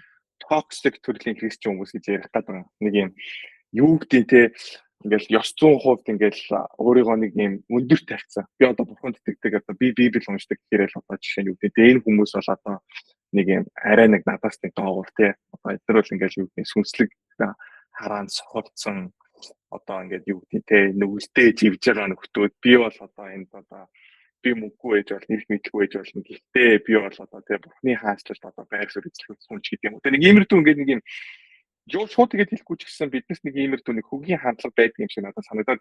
Тэгээд нэг юм буруу реакц үзүүлээд байгаа юм шиг. Тэгээд би энэгээр юуг ярих гэдэг байгаа тэр эргэн тойронд чинь байгаа хүн сэтгэл готролтой байж магадгүй, сэтгэлийн асуудалтай байж магадгүй хүн байх юм бол магадгүй тэр хүн зориг гаргаад имчилхийж үзэхгүй байж магадгүй байгаа байхгүй. Хэрвээ та тийм хүн мэддэг байх юм бол тань дээр ирээд ямар нэгэн байдлаар тэр хүн асуудлаа ярих юм бол хит нэг мэдэмхийрэл те нэг одоо чинь чи юм болохоор л ингээд готарчиж одоо чинь юу гэдэг те чи жоохон ингээд юу гэдэг хөдөлмөрч бай, ажил хөтөлбөрхий одоо ингэдэг одоо чинь юу гэдэг те түрүү чи гой зөвлөгөөнүүд жишээ байгаа штэ чи дасгал хий хоол хүнсээ ууч витамин уу гэдэг юм уу те эдид ярьж байгаа юм чинь зөв байж болно ихэнх тохиолдолд ярьж байгаа юм чинь зөв байгаа гэхдээ нөгөө талдаа тэр хүн сэтгэл 100% тэрийг хүлээж авах чадварнаас ямар байна дээрээс нь чи өөрөө мессежээ deliver хийх буюу тэрийг хүнд хүргэхдээ нөгөө нэг хүргэж байгаа хандлага болон тэр нөгөө нэг арга барил чи өөрөө ямар байна гэдэг надад айгуу чухал юм шиг санагдсан. Тэгээд би ингээд өнгөрсөн амьдралдаа надад ингээд асуудлууд гарахаар би хин дээр очиж айгуух асуудал ярьдаг гэхээр би ээж дээр очиж асуудал ярьдаг байхгүй. Тэгээд би одоо ингээд амьдралдаа юу гэдэг юм 33 ингээд би хүрч чинь 33 хүрэх гээд ингээд явж байхдаа манай ээж одоо жишээ нь ингээд юу гэдэг юм надтай ямар зөв харьцдаг байсан юм бэ гэдгийг би яг ойлгож эхэлж байгаа байхгүй. Манайх 3 хүүтэй тэгээд би доороо нэг охинтой 2 эрэгтэй дүүтэй манай ээж бол 3 хүүний охинтой хүн байгаа байхгүй. Тэгээд би ингээд өөрөөсөө болоо эрэгтэй дүүнээс ажиллахаар бид нар ингээд айгүй өөртөө ихтэй. Тэгээд ингээд ямар нэгэн асуудал гарах юм бол бид нар сэтгэл зүйн хувь тэр асуудлыг айгүй тийм юу гэдэг айгүй хүчтэйгээр туулж чаддсан юм шиг надад санагддیں۔ Амьдрал ингээд том асуудал гарахад. Тэгээд тэр маань ээжтэй холбоотой байсан юм шиг. Тэгээд ээж юусэн юу хийдэг вэ гэхээр чи тийг одоо энэ гэж хэлхээсээ илүү тэгээд тэгс юм уу миний хүү гэд ингээд сонсоод тэгээд юу гэдэг бид чи ингээд ямар нэгэн байдлаар чи чадсан штэ ч гэдэг юм уу иймэрдүү байдлаар ингээд нэг тийм урам өгөх нэг үг хэлээд урам өгөөд тэрнээс ч нэг хоосон чи амар мундаг гэж хэлхээсээ илүү урам өгөөд би ээж нь чиний талаар залбирч өгөө гэд хамт залбирдаг байхгүй. Тэгээд одоо би яг ингээд эргээгээд харахад би надад хүмүүс ингээд асуудлаа ярихад би бол одоо жишээ нь асуудлаа хүний ярьж болох үедээ хамгийн тохиромжтой хүмүүс энийг байгаа байхгүй эргэн тойронд байгаа. Ягаад гэвэл чи над дээр ирээд асуудал ярих юм бол би чамаа зүгээр л доромжлон зав. Юу вэ чи одоо модбач гэх юм уу те зүгээр л би бол надтай уулзаад одоо жишээ сэтгэл чинь жоохон гондуу нэг иймэрдүү байсан бол надтай уулзаад дахиад доошлоод баг явахаар байгаа байхгүй. Тэгээд би баг өөрийгөө жоохон дүгүүлгэж яриад те өөрийнхөө мундгийг яриад тэний мяг гахаад баг явуулцар хүн байгаа байхгүй. Тэгээд ганцхан би биш ерөнхийдөө эргэн тойронд иймэрдүү уусууд айгүй их байдаг юм байна. Тэгээд бид нар ийм нэг буруу хандлагатай байдаг юм биш үү гэдгийг би ойлгосон байхгүй. Тэгээд хүнд өнөөдөр шууд ингээд юу гэдэг одоо Google дээр ном уншаал юм мундаг зөвлөгөөхөөс илүү тэгээд юмын сонсоод тодорхой цаг гаргаж сонсно гэдэг чинь өөрөө тэр хүнд чиний хийж байгаа амар том хөрөнгө оруулалт байгаа байхгүй. Яг тэгвэл өнөөдөр амьдралд байгаа хамгийн үнэтэй зүйл чинь цаг хугацаа шүү дээ. Би бол цагандаа амар харам. Тэгээд надаа ингээд хүмүүс миний цагийг буруу юмд өгсөн юм шиг санагддаг юм бол миний бүр ингээд уур хүрээддэг байхгүй. Тэгээд гэхдээ нөгөө талдаа бид нар нөгөө бусдыг хайрлна гэдэг зүйл чинь юу вэ гэхээр бусад хүмүүсийн төлөө тодорхой хэмжээнд золиос гаргах өөрөөсөө ямар нэгэн өөрийнхөө үн цэнтэй гэж үздэг зүйлээ тэр хүнд зориулж одоо жишээ нь бартуулах байгаа байхгүй. Тэгэхээр тэр утгаараа хүнд өнөөдөр цаг хугацаа гартуулах хэрэгтэй юм байна. Тэгээд хүнд хийж бас хамгийн чухал зүйл ерөөсөө залбирч өгөх юм байна гэж би бол бодсон. Тэгээд амар олон юмнуудыг алгасаа шууд ярьсан байж магадгүй. Ямар ч байсан миний одоо жишээ нь туршлагаар бол тийм. Тэгээд бенчмаркчаас түрүүнд тэгж хэлсэн шүү дээ. Дасгал хөдөлгөөн хийх айгүй чухал гэдэг. 2 жилийн өмнө би хямарчаад юуг ажилласан бэ гэхээр хямарчаад гинэ нийтдээ Тэгтээ би ямар ч байсан юм бэ гэж бодоод байгаа. Надад зүгээр тэрийг хүлээн зөвшөөрөх дургу байгаад байгаа юм бас миний асуудлыг бас харуулад байж магадгүй зэрэг. Яг энийг сонсож байгаа улсууд байх юм бол та нар ингээд дотроо ингээд хүн ингээд өөртөө алдаад идэв юм шиг. Тэгээд тэр үед би юуг ажилласан бэ гэхээр хит хитэн ерөөхдөө би зөндөө олон юмнууд ингээд өөрөөсөө би ажиллаж хэлсэн байхгүй. Юу намайг стресстүүлээд, юу намайг ингээд хөвлөглүүлээд байна. Юу надад ингээд хүндэрчсээд байна. Тэгээд тэр унтахтай холбоотой шинж тэмдэг над дээр 100% илэрсэн. Юугаараа гэхээр би сэтгэл санаагаар унаад ямар нэг юм ингээд буруу болоод ингээд явчих юм бол би их унтаад идэв. 7 цаг унтсан байсан гэсэн ингээд ядраад байгаа юм шиг филинг надад төрөөд өгдөг байхгүй. Би жирийн тохиолдолд ингээд яг ажил хийгээд амар идэвхтэй явж байхдаа би хоногт ингээд 5 цаг ажиллаад ингээд аюул болгоно ингээд яваад ич чаддаг. Өөрч хүчтэй бай. Яг ингээд дуртай юм хийгээд явхаараа тэгсэн хэрнээ яг ингээд сэтгэл санаагаар унаад хэлэхээр надад 7 цаг унтсан ч 8 цаг унтсан ч юу хангалттай болчихдог. Би ер нь 8 цагаас илүү унтдаг. Тэгээд тэр нойртой холбоотой асуудал яг хаагаа ажиллаж. Тэгээд би хит хитний ерөнхийдөө өөрөөсөө нотыг ажиллаад юг ажилласан бэ гэхээр би өдрүүдэд хитрхийх төлөвлөөд байсан байна намайг айгуу нервтүүлт юм байна гэдгийг би бас ойлгосон. Юу гэхээр дараагийн 7 хоног 2 хоног 1 сар би юу хийх үгээд тэгээд зарим өдрүүдийг ерөөсөө айгуу наривчлалтай төлөвлөждөг. Одоо жишээ нь өглөө 7-оос 7:30 хооронд энийг хийн, 8-аас 9 хооронд энийг хийн. Тэгээд дундуур нь ингээд юу гэдэг тэдэн минутын юм хийн, дараад нь тийм хүнтэй уулзсан, дараад нь ингэн өдргээд тэгэнгүүт надаа ямар асуудал мэдвэцсэн бэ гэхээр надаас өөрөөс хамаарахгүйгээр гадны нөлөөгөөр ч гэдэг юм өөр хүмүүс надтай юм яриад уцаар гинт ярих болоод эсвэл өөр хүмүүс тэр нэг асуудал гараад одоо дүүгээ гинт би сургуулаас нь авах болоод эсвэл манай охин гинт өвдөөд одоо жишээлбэл халуураад би эмнэлэг авч явах болоод тэгээд миний төлөвлөсөн байсан өдөр яг төлөвлөгөөний дагуу явахгүй болгонгод би бүгдлээ нэрвчдэг. Амар ууралцдаг. Тэгээд тэн дээр нөгөө дахиад ренжментийн түрүү ярьсан нөгөө нэг шалтгаан надад санагдсан байхгүй нэг юмыг ингээд нэг юм төгс байх гэж оролдоод идэг ч юм уу те. Нэг талаасаа тэрийг одоо англиар control freak гэж ярьдаг шүү дээ. Нөхцөл байдлуудыг удирдах гэж оролдоод идэг те. Тэгээд тэр намайг стресс үүсгэх юм байна гэдгийг би ажиллаж ирсэн. Тэгээд миний хийсэн юм юу гэхээр зүгээр тэгж аимшигтай наривчлалтайгаар календар дээр юмнуудыг тэгж одоо юу гэдэг ангилж төлөвлөхөө болсон. Гэхдээ яг нэг талаасаа миний амьдралыг жоохон замбраагүй болгосон байж магадгүй. Нөгөө талдаа гэхдээ тодорхой хэмжээгээр миний тэр нөгөө нэг намайг ингээд нервтүүлээд байсан. Надаа нөгөө нэг anxiety буюу тэр нөгөө нэг ингээд тодорхой хэмжээнд ингээд шаналт өгөөдсөн юм ерөөд бол тэр буурсан баггүй. Өөр би өөрөөсөө ажилласан юм юу байсан бэ гэхээр дасгал хийсэн чинь хүн дэшээ те сэтгэл 100% айгуу дэмжлэг үзүүлдэг гэдэг үний юм билээ. Ягаад тэгэхээр амьдрал бид нэг нэг зорилго тавьчихдаг. Зорилготой амьдрах айгуу чухал л да. Зорилготой амьдрах чухал. Гэхдээ зарим том зорилгууд нэг хоногийн дотор, нэг жилийн дотор, зарим тохиолдолд 10 жилийн дотор ч биелэх байх зүйлүүд байгаа. Одоо надад чинь үгтэй зорилдог боддог одоо чинь мөнгөтэй холбоотой, хөрөнгөтэй холбоотой, бизнестэй холбоотой ингээд иймэрхүү зорилгууд одоо жишээ нь байна. Эрүүл мэндтэй холбоотой зорилго байна. Одоо чинь үгтэй турмаар байна гэдэг юм уу те. Би нэг одоо надад нэг би нэг 10 кг хасчул айгу гол чам шиг надад санагдаад би айгу олон жил явчихж байгаа байхгүй. Тэгээд тэр нэг 10 кг нь хааж байгаа хизээж хастай юм те. Тэнгүүд зорилготой холбоотой нэг асуудал маань юу байсан бэ гэхээр зорилго биелэхгүй л бол ингээд нөгөөдхөө бодоол ингээд өөрийгөө голоод ингээд гуниглаад идэв. Тэгээд нэг юмыг би ойлгосон юу гэхээр жин хасалтай холбоотой асуудал хүмүүст бас айгуу тийм ойр тусч магадгүй.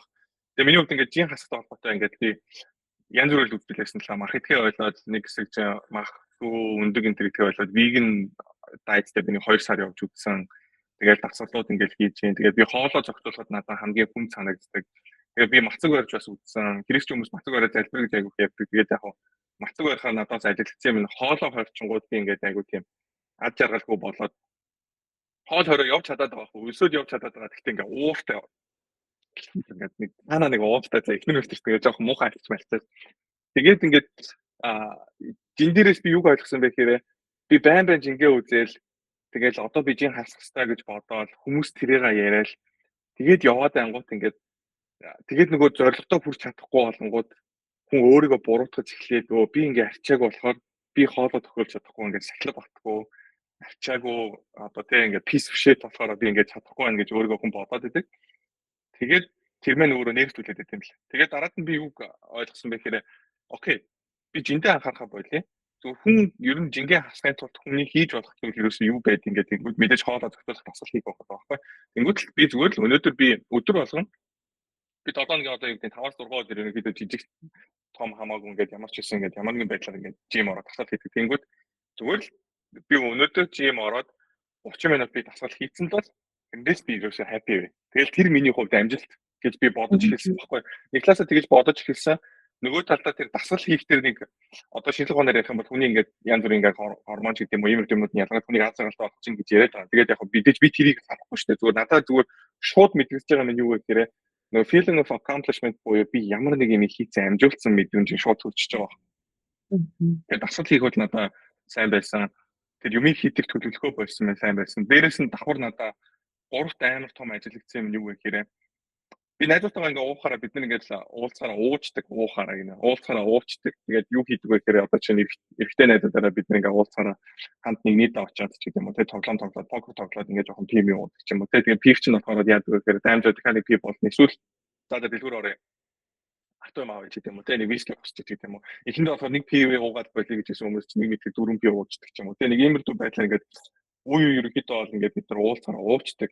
Нэг ийм ерөнхийдөө бол зуршилтай болсон байсан. Тэгээд энэ зуршил бол ганцхан Америктойгоо би найздаа буруудах биш. Миний бол Монголд ихэлсэн юм байгаа байхгүй. Би Монголд ахта Worldwide ингээд дасны төлөвт ажилласан. Тэгээд дасны төлөвт ажиллахад нөгөө ууж идэх хүмүүс үйлчлэл ингээд явах чинь тэр орчинд орчороо хүн бас тодорхой хэмжээний уугаад байдаг байгаа байхгүй. Тэгэхээр манай ажлыг уугаад үлээсэн л та би л уугаадсэн. Тэгээд ажлаа буруудах юм чи сайшаа. Тэгээд нэг ажилласан юм уусныхаа маргааш би аяг өстэй санаагаар унаад байсан. Аягүй сонирхолтой.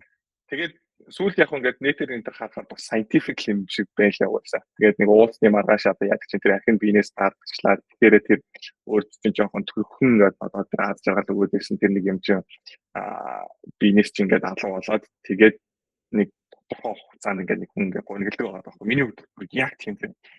Одоо өчтөр уулаа би өнөөдөр бол нэг ойролцоогоор өдрийн 3-аас 4 цаг хүртэл заяа ямар ч шалтгаангүй зүгээр л гонхтой. Би жирийн төхөд өглөөс эрэхтэй айгуу их хүчтэй сэрдэг төрлийн хүн байхгүй. Өглөө би ингээд одоо өнөөдөрстэй алаа хичи талаа хичи одоо юу гэдэг те арилжаагаа чи чи тэрийгээ чи юмнуудаа бичээлсэн бодоо олгож гэх юм уу те одоо ингээл одоо би сургууль явдаг бас хичээл номоо сайн хийн чи гэдэг юм уу нэг иймэрдүү ингээд нэг юм зорилготой сэрдэг. Уусны маргааш тийм ш. Уусны маргааш болохоор нэг талаасаа сэтгэл санаар унтсан болохоор юмаа хийхээр нэг л нэг санаа онцгүй байгаадсэн баггүй. Тэгээд би уухаа болиё гэж ерөнхийдөө шийдвэрийг тэрнтэй холбоотойгоор ер нь бол гаргаж ирсэн. Тэгээд уухаа болох дөндөө олон шалтгаанууд байсан. Тэдгээр нэг нь энэ байсан. Эрүүл мэндийн шалтгаанууд байгаа. Сэтгэл зүйн юм асуудал байгаа. Дээрээс нь би юу гэдэг бурхан тэтгэдэг хүний хуваар байнга ингэж ууж иддэг иймэрдүү байдлаагаар ингэж явах нь буруу юм байна гэдэг шийдвэрийг бас гаргаж ирсэн. Тэгээд олон шалтгаан авч ирсэн учраас би уухаа болчихсон. Тэгээд одоо чинь уухаа болоод нэг жил 3 сар болж байна. Тэгээд иймэрдүү ерөнхийдөө бол өөрчлөлтүүдийг хийж ирсэн. Миний хувийн бол яг мэдрэгжсэн миний туршлага бол юм. Тэгээд харилцаатай холбоотойгоор хүмүүсээс менежментээс асууж өгөөч гэдэг асуултууд бас орж ирсэн. Тэгээд нөгөө та ярьсан шүү дээ нөгөө травматай холбоотой ингээд харилцаатай холбоотой ингээд ийм асуудлууд байж магадгүй гэдэг. Тэгээд тийм асуудлыг ерөнхийдөө яаж шийдвэрлэдэг? Тэрнээс болоод ингээд юу гэдэг гутралд орсон хүн байх юм бол таны үг ерөнхийдөө зөвлөгөө юу вэ? Тийм тэгэхээр ямар ч хэсэн нөгөө нэг тийм асуултаас өмнө бас зөвхөн чиний хуваалцсан зүйл дээр нөгөө нэг сэтгэл гутрах магадлал бас нөгөө ямар үед ихсдэг тал дээр зүгээр бас дурдчихъя гэж бодлоо л доо. Тийм тэгээд уусны одоо архитэй цогтууруулах ундаа уусны маргааш хүмүүс одоо шаардна гэж ярьдээ шээ тий. Тэгэхээр яг архи дарс уухаар тухайн үед айгүй тийм баяр баясгалтай айгүй сайхан болж байгаа юм шиг боловч яг одоо нөгөө бодит жишээ сая ярьлаа л та. Яг дараа нь сэтгэл гутрах одоо магадлал ерөөсөө нэмэгддэг. Архи уусны дараа сэтгэл гутрал ер нь одоо явагддаг гэж ойлгож олно ихэнх тохиолдолд. Эмэгтэйчүүдийн тал дээр болохоор сарын тэмдэг ирэхийн өмнө мөн төрсний дараа одоо сэтгэл гутрал бас илүү эрчимтэй одоо явагдах тохиолдол байдаг гэдгийг нөгөө юун дээрээ ярих чагаад орхисон байна. Тэгээ сая ярьсан чи яг санаад. Тэгээд одоо болохоор асуултанд нь хариулъя гэж бодож байна. Тэгээд ер нь бол харилцааны асуудалтай холбоотой за сэтгэл зүйн гэмтэлтэй тий холбоотой яг би түрүүн ер нь бол хариултыг хэлсэн баг гэж бодож байна. Сэтгэл засал сэтгэл зүйн зөвлөгөөнд хамрагдах нь тус болно. Өөрөөр хэлэх юм бол яг юу өөрийг чинь тий юу ямар харилцаа өөрт чинь ямар мэдрэмж төрүүлээд тэр мэдрэмж чинь өөрт чинь ямар уул мөр үлдээсэн юм бэ? Тэрнийхээ учир шалтгааныг ойлгоод олоод тий магадгүй яг тэн дээр хүлээн зөвшөөрөл явагдаад гашуудаад тий гар цохрол амссан гэдгээ хүлээн зөвшөөрөөд ч гэдэг юм уу энэ процесс ингэж явагдсны дараа эргээд яг тэр одоо сэтгэл зүйн гэмтэл цочрлоос үүдэлтэй сэтгэл готролын хамаагүй одоо сайжирдаг гэж үзэж болно. Тийм. Тэгэхээр Мгм. ер нь бол нөгөө харилцаатай холбоотой түрүүн хэлжсэн харилцаатай холбоотой сэтгэлийн шархыг харилцаан дээр гаргаж ийж одоо ангаагдаж эдгээгдэх боломж олддгоо. Тэгээд сая удирдал маань хэлж штэ тий яг ингээд зүгээр ингээд нэг мэдэмхийрэл заагаад байх нь ингээд айгүй мэдрэмжгүй санагдсан тухайга тий харин яг ингээд анхааралтай сонсож өгч ийсэн тус болж ийсэн талаар ярьжсэн тий.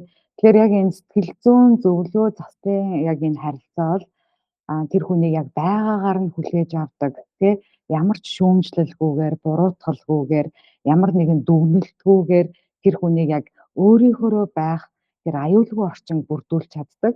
За тэгээ сэтгэл зүйчид өөрсдөө бас яг тодорхой ёс зүйн дүрмтэй байдаг. За тэгээд мөн арга барилын хувьд харилцан ялгаатай байдаг ч гэсэн одоо жишээлх юм бол хүн төвтэй одоо сэтгэл зүйн зөвлөгөө засал яадаг вэ гэхээр тухайн хүн маш чухал тухайн хүн онцгой тэгээд энэ хүний те энэ хүн юу гэж мэдэрч ийсэн нь чухал.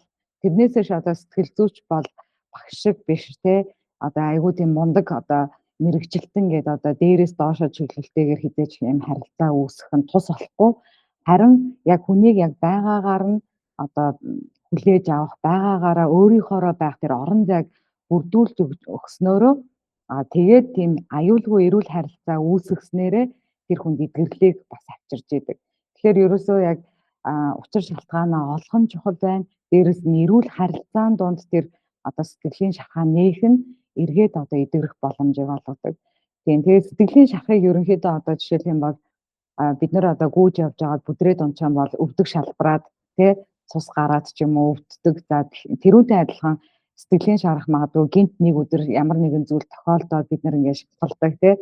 За тэгээд хэрвээ бид нар тэр одоо хүлийн шахаа цэвэрлэхгүйгээр эмчлэхгүйгээр одоо хав дарч юм бол магадгүй тэр дотроо эдээ бээр үүсээд тий бүр эдээ бээр нь бүр даамжраа дотогшоогоо тий бүр одоо өвтгөх тий бүр магадгүй ань насанд хүртэл одоо аюултай байдлаар одоо хүндрэгтэй адилхан сэтгэлийн шарахыг хав дарч юм бол сэтгэлийн шарахтайгаа ажиллахгүйгээр за тэрийгээ зүгээр л одоо тий одоо ерөөсөө дарчгал юм бол тэр нь хизээ нэгэн цагт биднэрт одоо сөрөг байдлаар, таагүй байдлаар бидний амьдралын маш олон хэсэгт нөлөөлдөг учраас тэрийг яалтчгүй одоо задлж үзэх, нээх тий за магадгүй арчиж цэвэрлэх хэрвээ эдээ бээр байвал шахах одоо хэрэгтэй гардаг шиг сэтгэлийн шахахыг бас магадгүй яг ийм харилцан яриад зөвлөгөө уулзалтаар дамжуулаад өвдөлттэй зүйлсийг сэдрээж одоо ярих тохиолдлууд байдаг.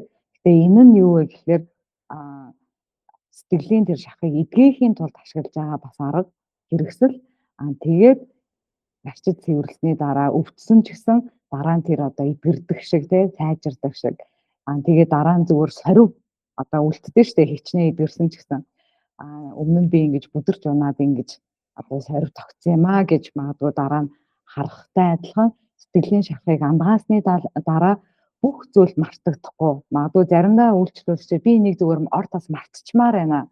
Миний толгооноос энийг одоо аваад хаяад өгөөч те мавтгад маань туслаад өгөөч гэдэг. Яг сэтгэлийн шахахыг энэ одоо сэтгэл зүйн зөвлөгөө заслаар эмчлээд эдгэх юм бол тэр сорив нь үлдэж болно тий мартагдаагүй байж болно. Гэхдээ хөндүүртэй байхаа болчихно. Өвдөлттэй байхаа болчихно. Тэрнээс үүдэлтэй одоо ийм өвдөлттэй ч юм уу ийм хортой ийм хариу үйлдэлүүд гарахаа болчдөг гэсэн. Тэгэхээр сорив бол үлдчихэл таарах нь шүү дээ тий. Тэгэхээр өөрөөр хэлэх юм бол ер нь бол харилцаатай холбоотой яг трама гэмтэл байгаа бол тэрийг эрүүл аюулгүй харилцаан дээр л гаргаж ирж эдгээвэл илүү үр дүнтэй л гэж одоо хэлмээр байна тийм.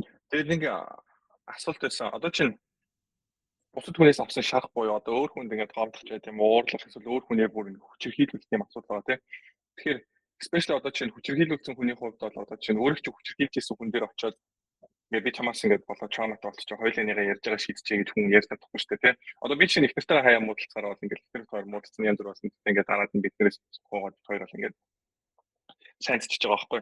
Тэгэхээр яг юм өөр хүнээс ингээд тодорхой хэмжээнд одоо чинь юу гэдэг тий зөндөө олон төрлийн хүч хэлээд болно. Тэгээ хүн бэлгийн хүч хэлэх хүрсэн байж болно. Одоо тэр саяхан жишээ нь миний үзчихсэн тэр Хамасын тэр өдөртөгчийн хүүн багада эрэгтэй хүн байгаа байхгүй 5 настай байхдаа хүн төвчөндүүлж ирсэн гэдэг. Яг өөр ихтэй ингээд насан турш эрэгтэй хүн төвчөндүүлж ирсэн гэдэг. Тэгээд гих мэтлэнгээр хүмүүс ингээд иймэрдүү ингээд юмнуудыг туулахаар тэр чинь хүнд ингээд дараад ингээд сэтгэл зүйн хувьд ч гэдэг юм траума өгж болдог байгаа байхгүй. Тэгээд энэ дайнд явсан залуучууд байна тий. Дайнаас ирээд яг ямар шүү ингээд асуудалтай орсон бай тий. Одоо чинь юу гэдэг солиуд буудангууд нөгөө дайн болж байгаа юм шиг болоод ингээд юу гэдэг тий босч ирээл ингээд сандраал тэгээд нөгөө эргэн тойрондоо байнгын буутайгаа унтаж мундаг ч юм уу тий. Тэгээд Вьетнамын дайнд явсан мó Америк залуучууд ингээд эргэж ирээд бүгдээ айгүй асуудалтай ирээд зөндөө олон залуучууд амиа орж исэн юм байна гэдэг нь мэдчихсэн.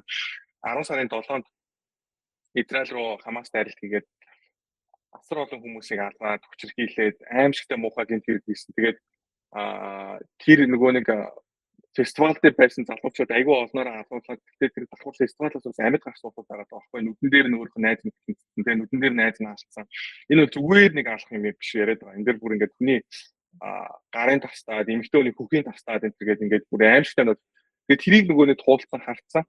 Тэгээд тэр залуучуудын амьд үлдсэн залуучуудын бараг талан шахуул одоогийн байдлаар амиа орсон байгаа. Тэгэхээр эн чинь тэр ерөөсө бүтэн 1 жил ч болоогүй. Тэгээд тэр бол яхаад энэ трауматай холбоотой асуудал байгаа байхгүй. Тэгэхээр одоо харилцаан дээр чинь ингээд юу гэдэг нөгөө нэг чамаг ингээд нөгөө гэмтээсэн шатлуулсан хүнтэйгээ очиод сайхан нүүр тулаад очиж олчих гэдэг яриа бол энэ дээр бол ямар ч утгагүй байгаа байхгүй. Ягаад тэгэхээр тэр чинь одоо юу гэсэн юм те нөгөө хүн алдаг террористүүдтэйгээ болоод одоо яах юм те тэр хүмүүстэй хоёулаа чиг тавд хоёр ярьж байгаа юм шиг ингээд Google Meet-ээр ярих юм уу Zoom гэх юм аашин те тэгэхээр нэг ийм асуудал байгаа юм те нэг хүнээс болоод ингээд шахалцсан. Тэгээд ямар нэгэн байдлаар тэр бол ингээд сэтгэл зүйд нэг бас нөлөөлсөн. Ийм хүмүүс одоо ийм хүмүүс түүх ерөнхийдөө зөвлөгөө байдгүй байгаа бол юу вэ гэж л асуух гэдэг юм л да. Тийм заавал одоо сэтгэл одоо нөгөө хохирогчтойгоо тэгээ нүүр тулж иж одоо энэ одоо хохирсон одоо сэтгэлийн шарах ч юм уу тийм энэ асуудлаа шийднэ гэвэл айгүй өрөөсгөл ойлголт тахгүй юу? Тийм тэгэхээр ихэнх хүмүүс магадгүй тий одоо багтаа аавтайгаа ээжтэйгээ ч юм уу тий ямар нэгэн одоо ийм асуудалтай байлаа гэд одоо ээж дээр очиод аав дээр очиод ч юм уу тий та ингэсэн учраас би ингэсэн гэлээгээд тэр асуудал шийдэгдэхгүй тэр сэтгэлийн шарах одоо тий эдгэрнэ гэсэн үг бол биш. Мэдээж боломж олдоод ярилцаад ойлголцвол мэдээж сайн байж болно. Гэхдээ тэр тийм чухал биш. Хамгийн гол нь яг тэр гомдсон байгаа, яг тэр хохирцсон байгаа, яг тэр гэмтсэн байгаа хүн өөрөө өөрийнхөө дотор байгаа тэр өвдөлт шархаа эдгээх нь чухал байгаа. Тэгээд эдгээхийн тулд заавал нөгөө хүний одоо оролцоо ч юм уу нөгөө хүний хүнтэй нүүр тулах нь өөрөө тус болно гэсэн үг биш аахгүй юу. Тэгэхээр өөрөө өөрийнхөө шархыг одоо жишээлбэл бол нэг хүн нэг сэтгэл зүйч бас ингэж нөгөө хэлж ирсэн юм л да одоо нэг хүүхдийг те магадгүй ингээд өвсөн донд тоглож исэн чинь могоо хатгачлаа гэж бодъё. За тэгэнгүүт тэр могоог барьж аваа. Ер нь та нар хамгийн түрүүнд ямар үйлдэл хийх вэ? Тийм. Чи юу хийх байсан бэ хэрвээ чамайг могоо хатгачвал? Би юу? Мэдгүй. Гэвлэг болохгүй хэлгүй одоо янз бүр ярьдаг одоо мэдгүй. Яа тийм тэгсэн чинь ихэнх хүмүүс юу гэж хариулдаг вэ гэхээр тэр могоог барьж аваад те тастаад ч юм уу одоо тэр могоог ямар ч байсан ингээд одоо алнаа гэж байгаа байхгүй юу? Яагаад гэвэл ингээ өөрийг нь одоо хатгцсан учраас. За ихэнхдээ хүмүүс яадаг вэ гэхээр могоонд хатгуулчаа нөгөө могооны учрыг олгож жагаад тэгээд өгдөг.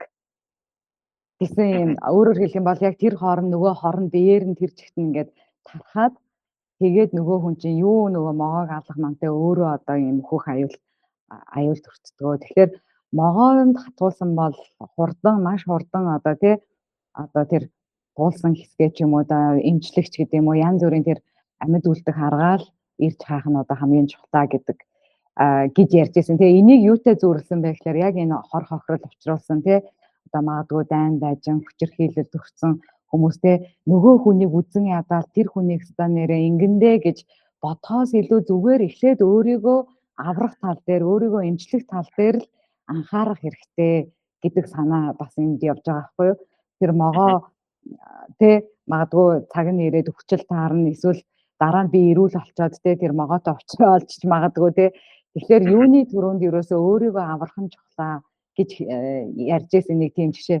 Тэрүүнтэй адилхан яг сэтгэлийн шарах одоо хохирол амссан хүмүүсийн хувьд юу вэ гэхээр заавал нөгөө хүнтэй туулж уулзраа олж тэ ингээд наан цаан болох юм зүгээр л та эхлээд өөрөө идэгрээ. Та эхлээд өөртөө анхаараа. Та өөрөө тэр яг энэ хохирцсон байгаа, гэмтсэн байгаа, өвдсөн байгаа энэ сэтгэлийн одоо шахаа ангаах тал дээрээ одоо ажиллаа. Тэр нь заавал тэр хүний оролцоо ерөөсөө шаардлагагүй. Тэгээ могоон татгуулсан бол могооны оролцоо шаардлагагүй шүү дээ эмчилгээний тулд. Яг л мэрэгжлийн тэгээ яг танд тус болж чадах одоо тийм хүмүүсээс нь тусламж авдаг санжуу. За эсвэл магадгүй таны эргэн тойрон таныг байгаагаар чинь хайрладаг найз нөхөд гэр бүлийнхний дэмжлэг туслалцаатайгаар тий ангаагддаг санжуу. Ямар ч байсан та эхлээд өөрийгөө аварч өөрийгөө эдгээх тал дээр анхаарах хэрэгтэй л гэж одоо хэлмээр байна л да. Тийм асуултанд яг хариулж чадсан болоо яасан бол. Тийм ээ. Тэр нөгөө ингээд асуудал би бас ингээд өөрөөсөө ажиллаж исэн бусад хүмүүсээс ажиллаж исэн юм юу гэхээр хүмүүс ингээд өнгөрсөн амьдрал тохиолж исэн ингээд хүнд яг тэр физиологи яг ингээд юм шоконд оруулах үс юм болж исэн юмнуудын талаар хүмүүс ярьдэн штэ.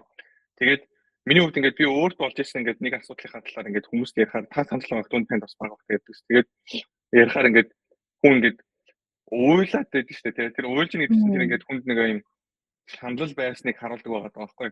Одоо би олон жилийн дараа яг тэр юу гэдэг 6 жилийн өмнө би уйлдаг байсан асуудлаараа би одоо ярихаараа би энийг гэдэг байхгүй. Нэгсэндээ ингээд эхөр хэд би яасан жоохон байсан ч юм уу те. Тэгэхээр би ингээд нэг юм ойлгосон юм юу вэ гэхээр одоо чинь юу гэдэг юм миний тэр туулсан шиг юм хүн туулах юм бол өөр хинж байсан гэсэн тухайн үед тэр хүнд айгүй хэцүүт байхаар байгаа байхгүй. Ягаад гэвэл чи айгүй нийт дээр биш асуудал байгаа байхгүй. Тэр үед би бол жоохон байхдаа би бол баг амиа талаар би боддог байсан байхгүй яг жинхэнэ. Тэгэхээр тийм жинхэнэ депресд байсан үеийн магадгүй тэр ч үеч магадгүй одоо ингээд бодохоор тэгвэл таны тайлбар. Тэгээд одоо би ярихаараа энийг гэдэг байхгүй. Надад инээтэй санагдаад байдаг байхгүй. Тэрийг ингээд тэрийг жоок болгож би яриад байдаг байхгүй. Тэгэхээр юу вэ гэхээр нэг талаасаа нөгөө асуудлыг ярихаараа ингээд уйлж ийна гэдэг чинь тэрнээс болоод ямар нэг ингээд шандал ингээд зүрх сэтгэлтэй ингээд нэг юм үлдсэн одоо жишээ нь юу гэдэг тодорхой хэмжээний ингээд шарах байгааг чинь харуулж байгаа. Нөгөө талаараа тэрийг одоо чинь ярьчаад тэгээд инээж чадчихвэл тэрнээсээ жинхэнэ утгаараа магадгүй тэр та ингээд move on хийсэн бүрээ тэрийг туулж гараад ингээд сарчаа идэгдсэн магадгүй ингээд зүгээр сөрөг болоод үлдсэн байх тийм магадлал байгаа даа байхгүй. Тэр яг хөө миний хувьд гэхдээ яг хөө яг нөгөө дотны хүнээ алдсан асуудал биш болохоор бас би ингэж ярьж магадгүй. Надад бол би ингээд олон жилийн дараа гэсэн ингээд өвөөгөө бас нэг ярихаар би бол ингээд хоолой зангираад идэг байхгүй. Тэгэхээр тэр утгаараа надад яг ингээд юу гэдэг дотны үнэ алдна гэдэг зүйлээс хүн хизээч тэрнээс одоо юу гэдэг хизээч тэр асуудал жижигхэн асуудал болж хувирдгүй юм шиг те зүгээр л хүн яг таны эдгээр зүгээр хүлээн зөвшөөрөөл дахиж хизээч тэр хайртай хүнтэйгээ уулзахгүй маань гэдгийг хүн ойлгох хэрэгтэй юм шиг те надад бол тэн дээр бол тгийж санагдаж байна. Өөр чинь могоотой холбоотой дээр тэрийг Jordan Peterson-аас айгүйх ярьдаг. Одоо жишээ нь тэр тоолол ном дээр байдаг хаа тоол ном дээр байдаг. Египтээс Мосе еврей хүмүүсийг авч харгаад тэгээд тэндээс гайхамшигтай зүйлүүд болдог. Улаан тэнгисийг яраалтай. Тэгэл ингээл цүл рүү гарч алхаал. Цүл дээр ямар ч хоол байхгүй. Бурхан дээрээс мана гэдэг хоол өгөөл. Тэргээр өдөр болгон еврей хүмүүс хооллоод тэгээд амьдарч байхдаа еврей хүмүүс нэг асуудал тулгардаг юм уу гэхээр могоон татуулаад айгүй олон хүмүүс байдаг. Тэгээд эдгээр ингээд бид нар могоон татуулаад байна гэдэг Мосе тэр яриад нөгөө нөтөрч яриад гомдлсон байгаа байхгүй. Тэгээд гисэн чинь бурхны хийсэн арга хэмжээ нь юу вэ гэсэн чинь яг тэр тэдний байдаг газартай нэг ойрхон нэг довон дээр ингээд могоо яг могоотой адилхан тийм төрхтэй ингээд нэг юм шон шиг юм босгоод тавьчихдаг. Тэгээд чи бурхан юу гэж хариулдаг вэ гэхээр чи могоон татгуулсан бол тэр очиод тэр могооны тэр шонг очиж хараа. Тийм бол чи идэрнэ гэдэг. Тэгээ могоон татгуулсан хортой могоон татгуулсан хүн болгон очиод тэрийг харахаараа идэрч ирсэн. Тэгээд тэр маань юг харуулсан бэ гэхээр нэг талаасаа хүнийг хамгийн айлгаж байгаа тэр зүйлтэй хүн нүүр тулах үед хүн эдгэрлийг авдаг юм байна гэдгийг одоо орчин үеийн сэтгэлзүйчд ойлгосон юм байна л да. Jordan Peterson энэ жишээг аяг харж ярьдаг байхгүй. Тэгээд энэ жишээг бас яриад энэ бол одоо сүүлийн үед ингээд шинжлэх ухааны ололтын дагуу одоо юу гэдэг сэтгэл зүйн одоо юу гэдэг судалгаа янз бүрийн нарийн болж иж ойлгосон зүйлийг хэдэн мянган жилийн өмнө бичигдсэн айл хэдийн Библи дээр энэ ингээд амар энэ чухал онол байна айл хэдийн бичигдсэн байснараа энэ ном бол хүний зохиосон ном биш ээ гэж одоо жишээ Jordan Peterson тайлбарладаг байхгүй. Энэ бол яа харахгүй энэ бол одоо жишээ нь илүү тэр бурхнаар амьсгалагдсан гэж ерөнхийдөө христч хүмүүс бид итгэдэг шүү дээ, тийм. Бурхан яг шууд ингээд гараараа ингээд бичсэн дээр биш. Бурханд итгэдэг, бурхны хүн буюу Мосе, бурхны сүнсээр удирдах гэж бичсэн ном гэж ерөнхийдөө бол үздэг. Тэгээд тэр Библиэлд яг тэр зарчмыг харуулсан байсан байна гэж ерөнхийдөө Jordan Peterson ярьдаг. Нэгсэнд бол лифтнээс айдаг хүн лифтэнд тогт суухгүй байгаа тэр асуудлаас байна тогтох биш. Багаар одоо чинь юу гэдэг лифтээ жоохон ойртож зогсоод, хажууд нь зогсоод, хүн амьтанд сууж муужрыг хараад тэгээд лифтэн дотор суугаад гэхдээ лифтээр ерөөсөө дээш доошлохгүй. Зүгээр нөгөө хаалныг онгорхой байлгаад байдаг шүү дээ. Хаалныг онгорхой байлгаж байгаа байж та буцаж нөгөө лифтнээсээ гараад тэгээд дараад нь жоохон давж байгаад нөгөө лифтээрээ магадгүй нэг давхар яваад энэ тэгээд гих мэтлэнгээр ерөөхдөө хүн тэр айцыг ерөөхдөө туулт юм байна гэдгийг бас харуулсан юм байна л да. Тэгээд яг амьдралд нөгөө бас ингээд гой зөвлөгөөнүүд бас байдаг шүү дээ. Тэр нь юу вэ гэхээр айж байгаа зүйлээ ингээд айж байгаа ч гэсэн хийчихээ. Тэгээд яг миний нэг инээдтэй жишээ байж магадгүй нөгөө ийм галзуу хулган молгон тиймэр юм дээр суухаас би амар айдаг байхгүй би өндрөөс айгүй айдаг. Гэтэ би айж байгаа нэ суучдаг байхгүй. Айж байгаа нэр зүгээр сууж би айгаа суучдаг. Тэгээд зүгээр айж суухгүй хажуунаас нь харж байгаа зүгээр чи суучаад тэгээд айгаад айлтаа үргэлжлүүлээд явдیں۔ Би нэг суудсан болохоор гинт тэрийг enjoy хийгээд байгаа даа биш байхгүй зүгээр л тэр айгаад байгаа байхгүй би дээр гараад тэгээд нөгөө гинт унж монгууд нь сонирн болоод гэтээ тэр ингээд тгийх тусам нөгөө хүнд ингээд тэр нөгөө зориг гэдэг зүйл орж ирдэг юм шиг те бид нарт бас амьдрал тэр нөгөө зориг дутсан юм шиг надад бол бас нэг талаасаа ингээд санагдсан. Тэгээд тэр зориг гэдэг зүйлт нь зүгээр ингээд дотроос чи ингээд нэг ундраад гарч ирдэг гэхээсээ илүүтэйгээр надад тэр өөр газраас тэр зүйл ирдэг юм шиг надад санагдсан. Тэгээд энүүгээр би бас үргэлжлүүлээд бас юу ярмаар санагдсан бэ гэхээр бид нэр ингээд одоо ингээд шинжлэх ухаануудыг харах юм бол өмнө нь ингээд ямар шүү ингээд олдууд одоо чинь юу гэдэг те гойго судалгаанууд мэдээж хийж байгаа юм л да. Хүний ингээд нейрон буюу одоо ингээд тархины хэсүүд ингээд хоорондоо холбогддог. Тэгэхээр ингээд зүйлт ингээд рецепторууд байдаг. Рецепторууд хоорондоо ингээд chemical reaction химийн нэг реакц яваад хоорондоо ингээд мэдээлэл солилцдог. Тэгээ хүн ингээд аз жаргалтай байх юм бол тодорхой ингээд реакцууд явагддаг. Хүн гонигтай байх юм бол тодорхой реакцууд явагддаг. Тэгээ тэр эсүүд ч өөрөө янз бүрийн хэлбэртэй байдаг. Тэр хэлбэр нь уралданы хүртэл өөрчлөлтөөр хүн өвддөг гэдэг юм уу те. Тэгээд бүх асуудлыг гэхдээ ингээд нэг юм биологийн процессор бүх юмыг ингээд юм материаллык талаас нь ингээд тайлбарлах гэж орчин үед их оролдоод байдаг юм шиг надад санагддаг. Тэгээд энэ дээр том шүүмжт нь юу вэ гэхээр энэ бол ерөөсөө цэвэр нөгөө нэг бурханд итгэдэггүй шинжлэх ухааныг одоо жишээ нь юу гэдэг те хүн одоо ингээд бүх юмыг материаллык процессор тайлбарлах гэж оролддог юм орчин үеийн нөгөө нэг академик болон шинжлэх ухаанд ажилладаг хүмүүс ерөнхийдөө хийж байгаа үйлдэл юм болов уу гэж би хараад байна. Тэгэхээр хүн гэдэг зүйл маань ерөөсөө ингээд цогцоор харах юм бол бид нар ганцхан энэ материалик процесс биш. Ганцхан бид нар энэ зөвхөн хим биологийн процесс биш. Хүн гэдэг зүйл чинь өөрөө давхар юм сүнслэг зүйл юм байна. Бид нар өөрөө зүгээр нэг юм антитеттэй бид нар төстэй биш. Эсвэл нэг ихтэй амтан 13 тэрбум жилийн турш эсвэл 3 тэрбум жилийн дотор ямар нэгэн байдлаар өөрчлөлтүүд ороод нэг юм сайжирсан нэг тийм нэг юу гэдэг те Дарвины хувьслаар явцсан бид нэг юм боловсронгуй амтын юм байна гэж харахаасаа илүүтэйгээр хүн гэдэг зүйл чи өөрөө бид бүтээгчтэй юм байна. Бүтээгч нь биднэрт өөр ингэсэн зорилго өгсөн юм байна гэдэг юм христч хүмүүсийн өнцөг маань эргүүлээд энд сэтгэл зүйн эрүүл мэндийн талаас нь харах юм бол хамгийн том хүчрхэг ойлголт юм байна гэдгийг ер нь бол хүмүүс орчин үед би ойлгосоо гэж аяг хүсдэг байхгүй. Тэгээд нэг талаасаа тэр нөгөө та түр ярьсан шүү дээ ажил хийх одоо хүн ингээд үн цэндээ алдах буюу ямар нэгэн байдлаар өөрийгөө голох ч юм уу иймэрхүү асуудлууд байдаг. Тэгээд тэр бас надад мэдрэгдсэн зүйл байсан. Ягаад гэвэл хэмжээний мөнгө алдангууд яасан бэ гэхээр би өөрөөсөө юуг айтгалсан бэ гэхээр миний жоохон өөртөө итгэл баг зэрэг буурсан байсан байхгүй. Тэгээд би тэрийг юутай тайлбарласан бэ гэхээр вау би өөрийнхөө үн цэнийг би өөрийнхөө дансандах мөнгөтэйгээ холбосон байсан юм гэдэг би ойлгосон байхгүй. Айгүй хэмжээний мөнгө олцсон байсан. Тэнгүүтээ миний нөгөө нэг identity буюу миний хувь хүний одоо нөгөө нэг те одоо би өөрийгөө гэж тайлбарлах гэдэг нь айгүй мундаг successful одоо залуу гэдэг ийм нэг юм өнцгөр өөрийгөө тайлбарлах гэсэн чинь нөгөөдөг чинь мөнгө алдчихгууд нөгөө нөхцөл байдал өөрчлөгдчихтэй байгаа байхгүй. Одоо өнгөрсөн жил жишээ нь би айгүй хэмжээний мөнгө алдсанаас болоод би бүр хажуугаар жоохон ажил хийх юм уу гэд юунд бас явсан.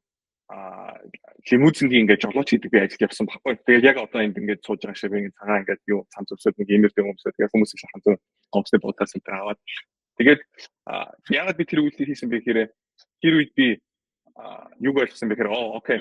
Мөнгө хүн олсон байж болно, би алдсан байж болно. Гэхдээ миний үнцийн өөрчлөлт байхгүй. Би одоо чинь юу гэдэг те ямар ажил хийж байгаагаар миний үнцийн тодорхойлохгүй. Би шал угааж хийж болно. Би хүний газар би байрлал дээр ажил хийж болно. Би машин барьдаг ажил хийж болно. Юу ч хийж болно. Би хүмүүс шиг те сайхан ингээд сандал ширээгийн цэвэрлээ сайхан суулгаад одоо чинь машины тохиолдолд би машин угаа цэвэрлээ хүнийг сайхан суулгаад тэр хүнтэй би өвтэйхэн харьцаа стэд ойлгоноод одоо юу гэх те ачаад таваараа сайхан зөөж тавиад ингээд явж болсон. Тэглээгээд би ямар нэгэн байдлаар тийм одоо те дорой гэсэн үг биш те ямар нэгэн байдлаар би хүнд одоо би жишээ нь юу гэдэг те үйлчлснээрээ би хүний доор орж байгаа гэсэн үг биш юм байна гэдгээ би ерөнхийдөө бол эргэж сансан байгаа. Тэгээд би ингээд энийг сонсож байгаа зөндөө олон хүмүүст ингээд хэлэхэд бидний одоо ренжмарч бас энэнд итгэдэг би бас итгэдэг тэр зүйл маань юу гэхээр та мөнгө олдгүй байж болно. Мөнгө олох та чадваргүй байж болно. Ямар нэгэн байдлаар та одоо чинь юу гэдэг те дахиад дутуу байж болно. Эмгэгтэй байж болно. Эсвэл одоо чинь юу гэдэг те амьдралынхаа та магадгүй сургууль явж байгаа. Одоо би одоо магистр жишээ сурж байгаа. Хүн сурж байхдаа жишээ сургах дээр анхаарал хандуулаад их мөнгө олохгүй байгуулсаа. Тэр ингээд ийм байж болно. Тэглээгээд та үн цэнгүй гэсэн үг биш ээ. Хүний үн цэн гэдэг зүйл ерөөсөө таны дотроос ч байдгүй юм байна. Нэгсэндээ таны хийсэн ажил чинь биш. Өнөөдөр та мундаг ажил хийж болно. Та улсын хурлд орж болно. Та гишүүн болж болно. Бенчмарк чигийн мундаг сэтгэл зүйч болоод энэ тийм ингээд зургатаар өргөдөөд ярьж болно те. Тэглээгээд та илүү үнцэнтэй мундаг гэсэн үг биш. Та илүү тариалаг байлаа гэдээ мундаг үнцэнтэй гэсэн үг биш. Өнөөдөр таны үнцэн чинь өнөөдөр таны бүтээгчээс ирдэг юм байна гэдгийг гэдэгт бид нэгтгэдэг байна. Тэгээд энэний хамгийн гайхалтай зүйл маань юу гэхээр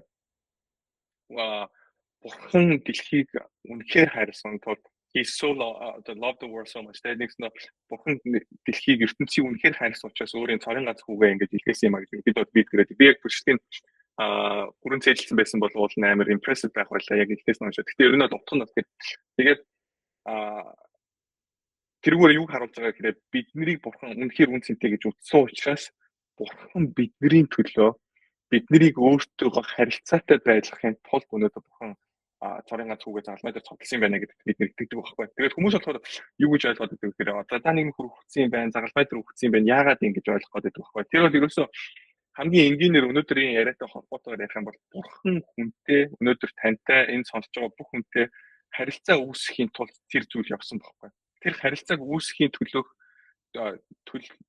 өгөх ёстой байсан төлөөс тэр байсан байхгүй. Өнөөдөр жишээ нь юу гэдэг ренжмарчтай та өнөөдөр юу гэдэг ганцаараа тав ингээд байгаад яриа хийх юм бол та цагийн нэг төлбөртэй та эднэртэйгээ магадгүй ингээд хосын одоо жишээ нь те сэтгэл зүйн үйлчлэл авах юм бол бас төлбөртэй. Яг тэрнтэй адилхан өнөөдөр та бурхантай харилцаа тогтоохын тулд тэнд нэг асуудал байгаад байсан. Тэрний тулд төлөөс хэрэгтэйсэн байхгүй. Тэр төлөөсийг өнөөдөр та биднэрт хэлж чадахгүй.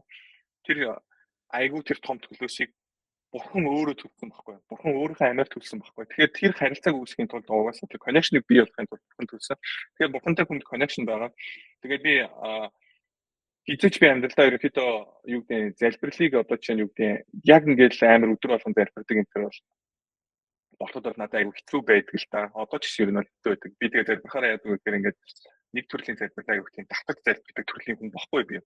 Одоо тийм бүтээлч залбирдаг бол биш. Одоо зарим христч хүмүүсийн ингээд залбирлыг сонсохоор айгүй бүтээлч одоо жишээ нь юу гэдэг те Монголд байгаа хүмүүсийн төлөвлөж залбираад тэнд байгаа нэг 3 4 ингээд үе дамжсан хол хамаатнахаа төлөвлөж залбираад ингээд айгүй миний бодлоор тийм том хүрээг хамарсан тиймэрхүү залбирал хийхдээ би жоохон тааруу байдаг. Тэгээд гэхдээ гисэн хэрнээ ганцхан миний бурхантай харилцах холбоо харилцаанаас гадна миний сэтгэл зүйн эрүүл мэндийн ч гэсэн залбирч хот юм байна гэдэг би сүүлийн айгүй ойлгож ирдэг байгаа байхгүй. Тэгээд яг хуу миний хувьд одоо rosary гэдэг манай католикийн шатны хүмүүсийн хийдэг тэр залбирлыг би өдрөө болгоо ерөнхийдөө бол ингээд айл болохос хийгээд байгаа. Тэр надаа айгүй тийм тохиромжтой санагдаад байгаа. Тэгээд та бүхэн ингээд амьдрал дээр жишээ нь ингээд залбирлыг үйлдэх хүн байх юм бол ямар нэгэн байдлаар өөртөө тохирсон тэр залбирлын тийм туршлыг ерөнхийдөө бий болгох айгүй сайн байл. Тэгээд энэ дээр бүр ном байдаг.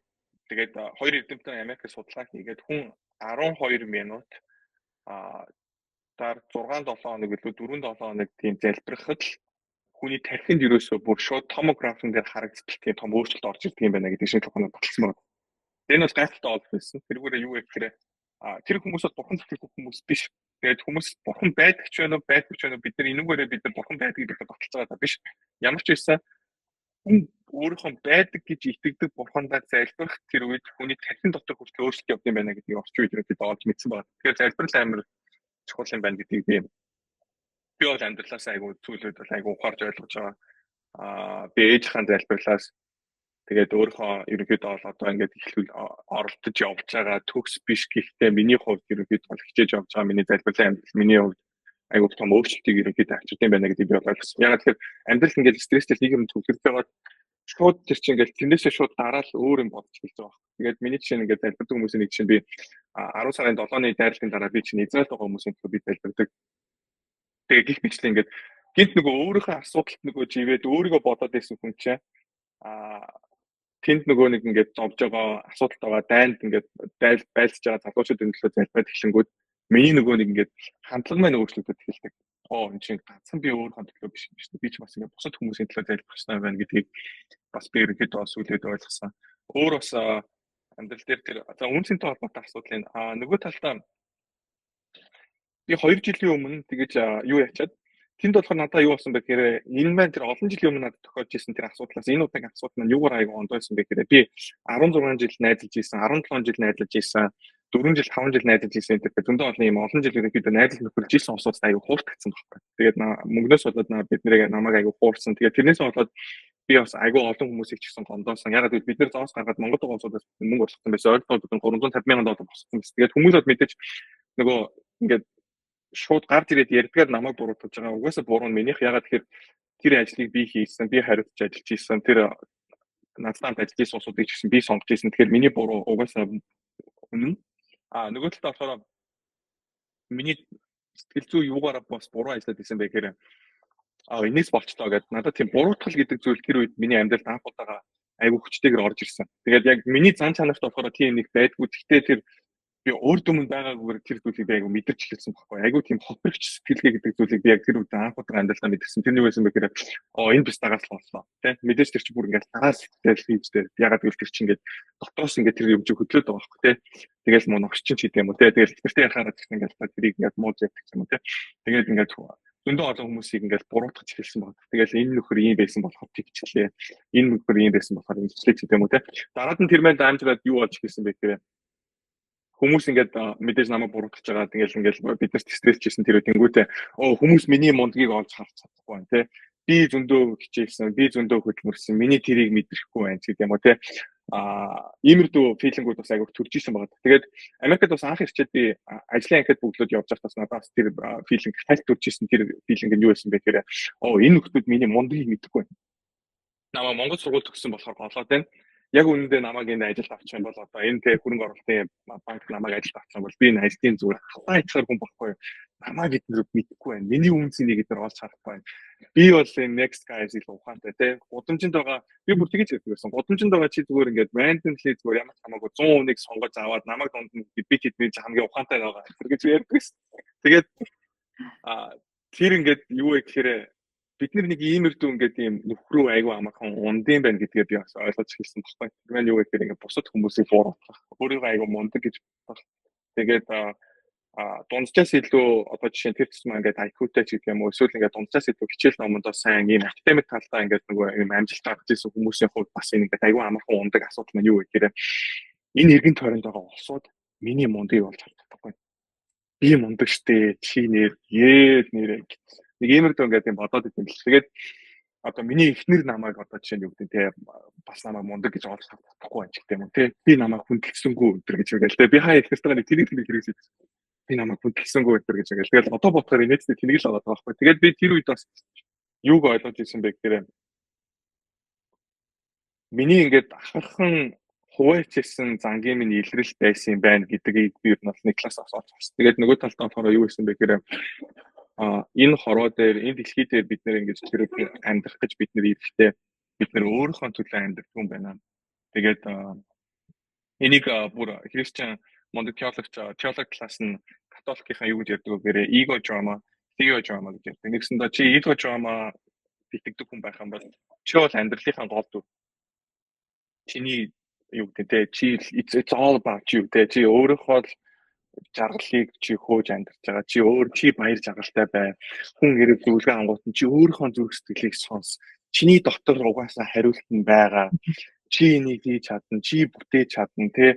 Чиний өмнө хийж чадахгүй зүйл гэж байхгүй. Чиний хүрч чадахгүй оргил гэж байхгүй. Чи хүсэх юм бол чи хинч болж чадна. тий. Чи үсэх юм бол жүжигчин болж чадна, бүжигчин болж чадна, урлагийн хүн болж чадна гэдэг. Түүний энэ бол ерөөсөө яг өмнөдөө бол орчин үед хүмүүсийг хуурж байгаа хамгийн том худал хуурмаг зүйл юм байна гэдгийг бол би бол ихэд ойлгосон. Хүн хөтлөж хүссэн хүн явдаг болохгүй шүү дээ. Одоо чинь би ингээд нэг appreciate хийж байгаа юм юу гэхээр хүний уур чадвар бэлэг авьяас гэдэг зүйл ямар гайхалтай юм бэ гэдгийг би ойлгож байгаа. Зарим сараа ингээд хизээч миний төсөөлхийн аргагүй, миний хизээч хийж чадхаагүй тийм бэлэг авьяастай хүмүүс байгаа байхгүй. Саяхан нэг Revelation гэдэг дуу айгуу аваад болоод Christian тэр дуу ингээд best одоо юу гэдэг тэр chart martin дээр айгуу дээгүүр ингэж яваад одоо тэрийг дуугч аваад байхад юу гэж яддаг лээ. Тэгээд явж байсан баг. Тэгээд тэр хүн өөрөө ярьж байгаа тэр дуу яасан гэдгсэн чинь зүгээр буудан дээр сууж исэн чинь зүгээр шууд ингээл дээрээс ингээл өөрөө нь ороод ирсэн гэдэг. Тэгээд амар санаа бичиж энэ төрөөс оролдоогүй. Тэгэл байжснаа шууд гитараа аваад ингээл дуулаад ирсэн. Тэгэл дуулаад явсан. Тэгэл тэр библийн ичлэл номын талаар ингээд дуу гаргасан. Яг тэрнтэй адилхан тийм бүр би бол хийж дуучин гэж өөрөө төсөөлөхгүй. Надад тийм бүр өчүүхэн ч одоо надад авьяас байгаа мит одоо бүр надад тийм сэжимж төрөхгүй байгаа байхгүй. Тэгэхээр одоо над дээр хүн ирээд чи чадна ихэ чи одоо дууд бичдэг хүн мондөг хүн болж чадна гэдэг юм байна. За юус яриа солиороод байгаа юм бэ л байгаа. Тэгээ нөгөө талдаа болохоор чи амьдралынхаа төв биш юм байна буюу theo drama буюу өнөөдөр чиний бодож байгаас илүүтэйгээр чи өөрийг чинь чамайг давсан тэр том үнц нь чамайг тавсан тэр том зорилгын чиний хэсэг юм байна гэдэг хүн бодох хэрэгтэй. Тэгээд тэрийг би ойлгосныхаа дараа надад ер нь би ээжтэй амьдардаг багтаа ч гэсэн тэрийг илүү боддог гэсэн ээж надад сануулдаг гэсэн. Тэр маань юу гэсэн бэ гэхээр би энд би өөрийнхөө төлөө би амьдрах гэж ирээгүй. Тэр чинь маань чи 3 дүүтэй одоо 3 охинтой миний хувьд ингээд миний бусад хүмүүсийн өмнө бусдын өмнө миний хүлээсэн үүрэг маань миний өөрийн хувь хүний аз жаргалаас илүү чухал юм байна гэдгийг би ер нь бол ингээд босноос хойш дээрэс нь Америкт ерөнхийдөө би ингээд ээжтэйгээ амьдраад бид нар ингээд бас ингээд санхүүгийн хувьд ингээд хэцүү үед зөндөө туулж ирсэн учраас би тэрийг айгүй ойлгосон байна. Тэгээд би ингээд эрэгтэй хүмүүст би бол энийг илүү ойлгох гэж бодсон. Эрэгтэй хүмүүс ингээд залуучуудтай ингээд хандаж хэлэхэд өнөөдөр ингээд хорвоо ертөнд чамайг ингээд танихгүй байгаа юм шиг те чиний мундгийг олж харахгүй байгаа юм шиг иймэрхүү ингээд бодогдож байгаа мөч байх юм бол энийг санаарай те. Хинт чиний өмнө үргүү, хинт чамайг хүндлэх алгагүй. Хинт чиний өмнө бүхэлдэх хаалга байхгүй, хинт чамтай заавал гоё харьцах хаалга байхгүй, хүн чамтай муухай харьцлаа гэж чи заавал тэрэн дээр нэрвэх хаалга байхгүй, хүн болгонд нэг үгүй чамайг хүндлээд чиний мундгийг олж хараад чамайг мундаг сайхныг чинь гайхаад чамайг магтах хаалгагүй. Чи өнөөдөр өөрийнхөө амьдралд чиний чамд өгөгдсөн тэр хүрээлэлтэй чи өөрийнхөө амьдралд өгөгдсөн тэр зүйлтэй чи талархах. Чи их нэртэй бол их нэртэй талархах, хүүхдтэй бол чи хүүхдтэй талархах, гайхалтай хувь тавилантай амьдралдаа чи талархах. Тэгээд цаашлаад бай. Бүр хамгийн амжилттай Христиан гайхалтай юу гэхээр өнөөдөр чамд амьдрал чинь талархах зүйл байхгүй байсан ч гэсэн бурхан өнөөдөр чамд ирээдүйд өгж болох тэр сайн зүйлс чи урьдчилаад талархах. Тэр бүр гайхалтай.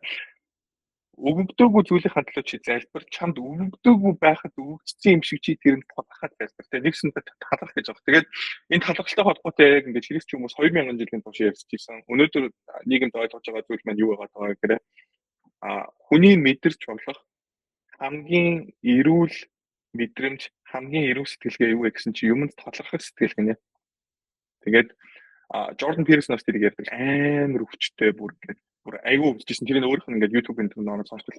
Тэгээд эхнэр нь бас ингээд амар ховор тийм хүмүүс ерөөсөө туссан хүн болгоно өвчжсэн тийм ховор 2 сая нэг хүний тусдаг тийм хор тоглож тусчихсан. Тэгээд эдний хийжсэн юм юу вэ гэсэн чи тэгэж өвдсөн байхдаа миний амьдралд талархах зүйл, баярлах зүйл юу вэ гэж хайдаг гэсэн гинэ. Тэгээ өдөр болгон тэр gratitude гэдэг талархах сэтгэлээр амьдарч ийсэн гэж ярьж ийсэн. Тэгээ яг би нэг амар юу гэдэг хөгшрөөл нэг 50 60 марк хүрсэн хүн биш. Тэгэхээр яг миний богдгон ч гэсэн адал явдалтай янз бүр болж ийсэн амьдрал тэр ямар ч ийсэн миний ойлгож ийсэн ойлголтууд маань ямар ч ийсэн. Энэ байна. Тэгээд яг өөрийнхөө нэг experience-ийг би яасан хүмүүстэй хуваалцсанараа энэ яриаг би зөвхөн ингээд нөгөө Range-д хоёр нэг тийм их сургуулийн лекц ярьж байгаа юм шиг байх биш. Илүүтэйгээр хүн болгонд ингээд нөгөө зүрх сэтгэлч илүү ойр, хүний амьдрал илүү практик илүү ойр зүйл тагаасаа гэж бас хүссэн учраас бас ингэж би бас хүн болгонд ярьдгүй өөрийнхөө ингээд чухал юмыг бас ярьж байгаа. Тэгээд бас өгөөжтэй байх болов уу гэж найдаж байна. Ягаад тэгэхээр энэ яг ингээд юу гэдэг надад өөр тохиолж ийсэн. Миний хувьд ингээд зүгээр нэг юм зохиож яриад байгаа биш. Амьдралынхаа зөндөө олон асуудлуудыг туулж байхдаа ингээд жоохноор ингээд ойлгоод нэг үйл хүмүүс бидний ихтэл гэж ерөнхийдөө ярьдаг. Тэгээд бурхны надад ингээд илчиж ийсэн, ойлгуулж ийсэн зүйл маань ерөнхийдөө энэ байна.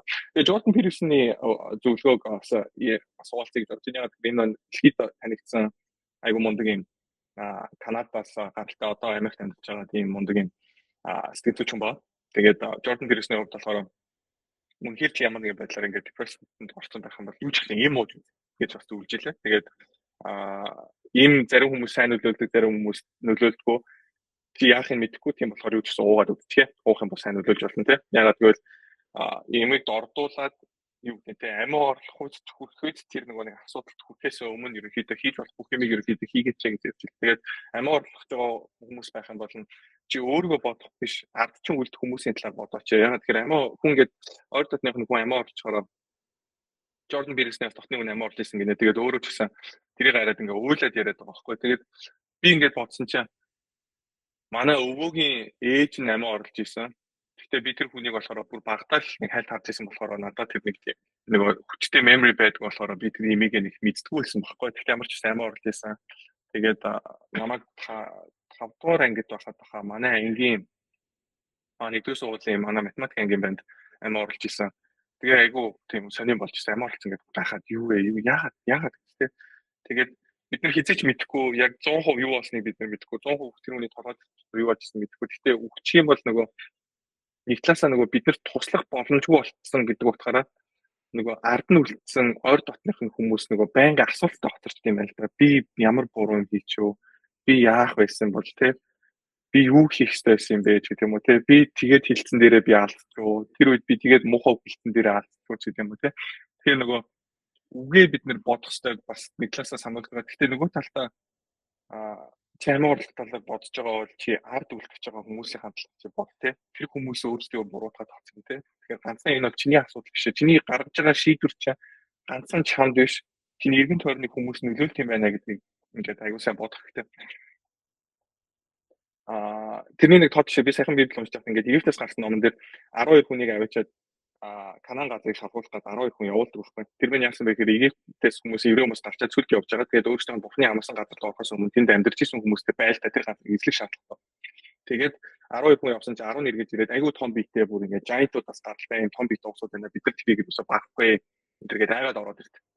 Хоёр нь болохоор бид нар ялна гэж хэлдэг. Тэгээд тэр 10 хүн чадахгүй гэж хэлснээс болоод тэнд явж исэн бүх еврей хүмүүс тэр газар руу орж чадхаа болоод бурхан тэр хүмүүсийг одоо энэ амьд байгаа бүх хүмүүс үхээд дараагийн үеийн ирээд орж чадна гэж хэлсэн тэр хоёроор Caleb хин хоёроор удирдуулаад хэлэх болно гэж хэлдэг. Тэгэхээр тэр 10 хүн чадахгүй гэж хэлэхдээ үгүй гэж хэлэхдээ айцтай хөтлөгдөхдөө ганцхан өөртөө биш өөрийнхөө эхнэрт, өөрийнхөө хүүхдүүдэд, өөрийнхөө хамаатан цаатанд, өөрийнхөө эргэн тойронд байгаа бүх хүмүүсийн амьдралд нөлөөлөхөд хортой шийдвэр гаргах юм.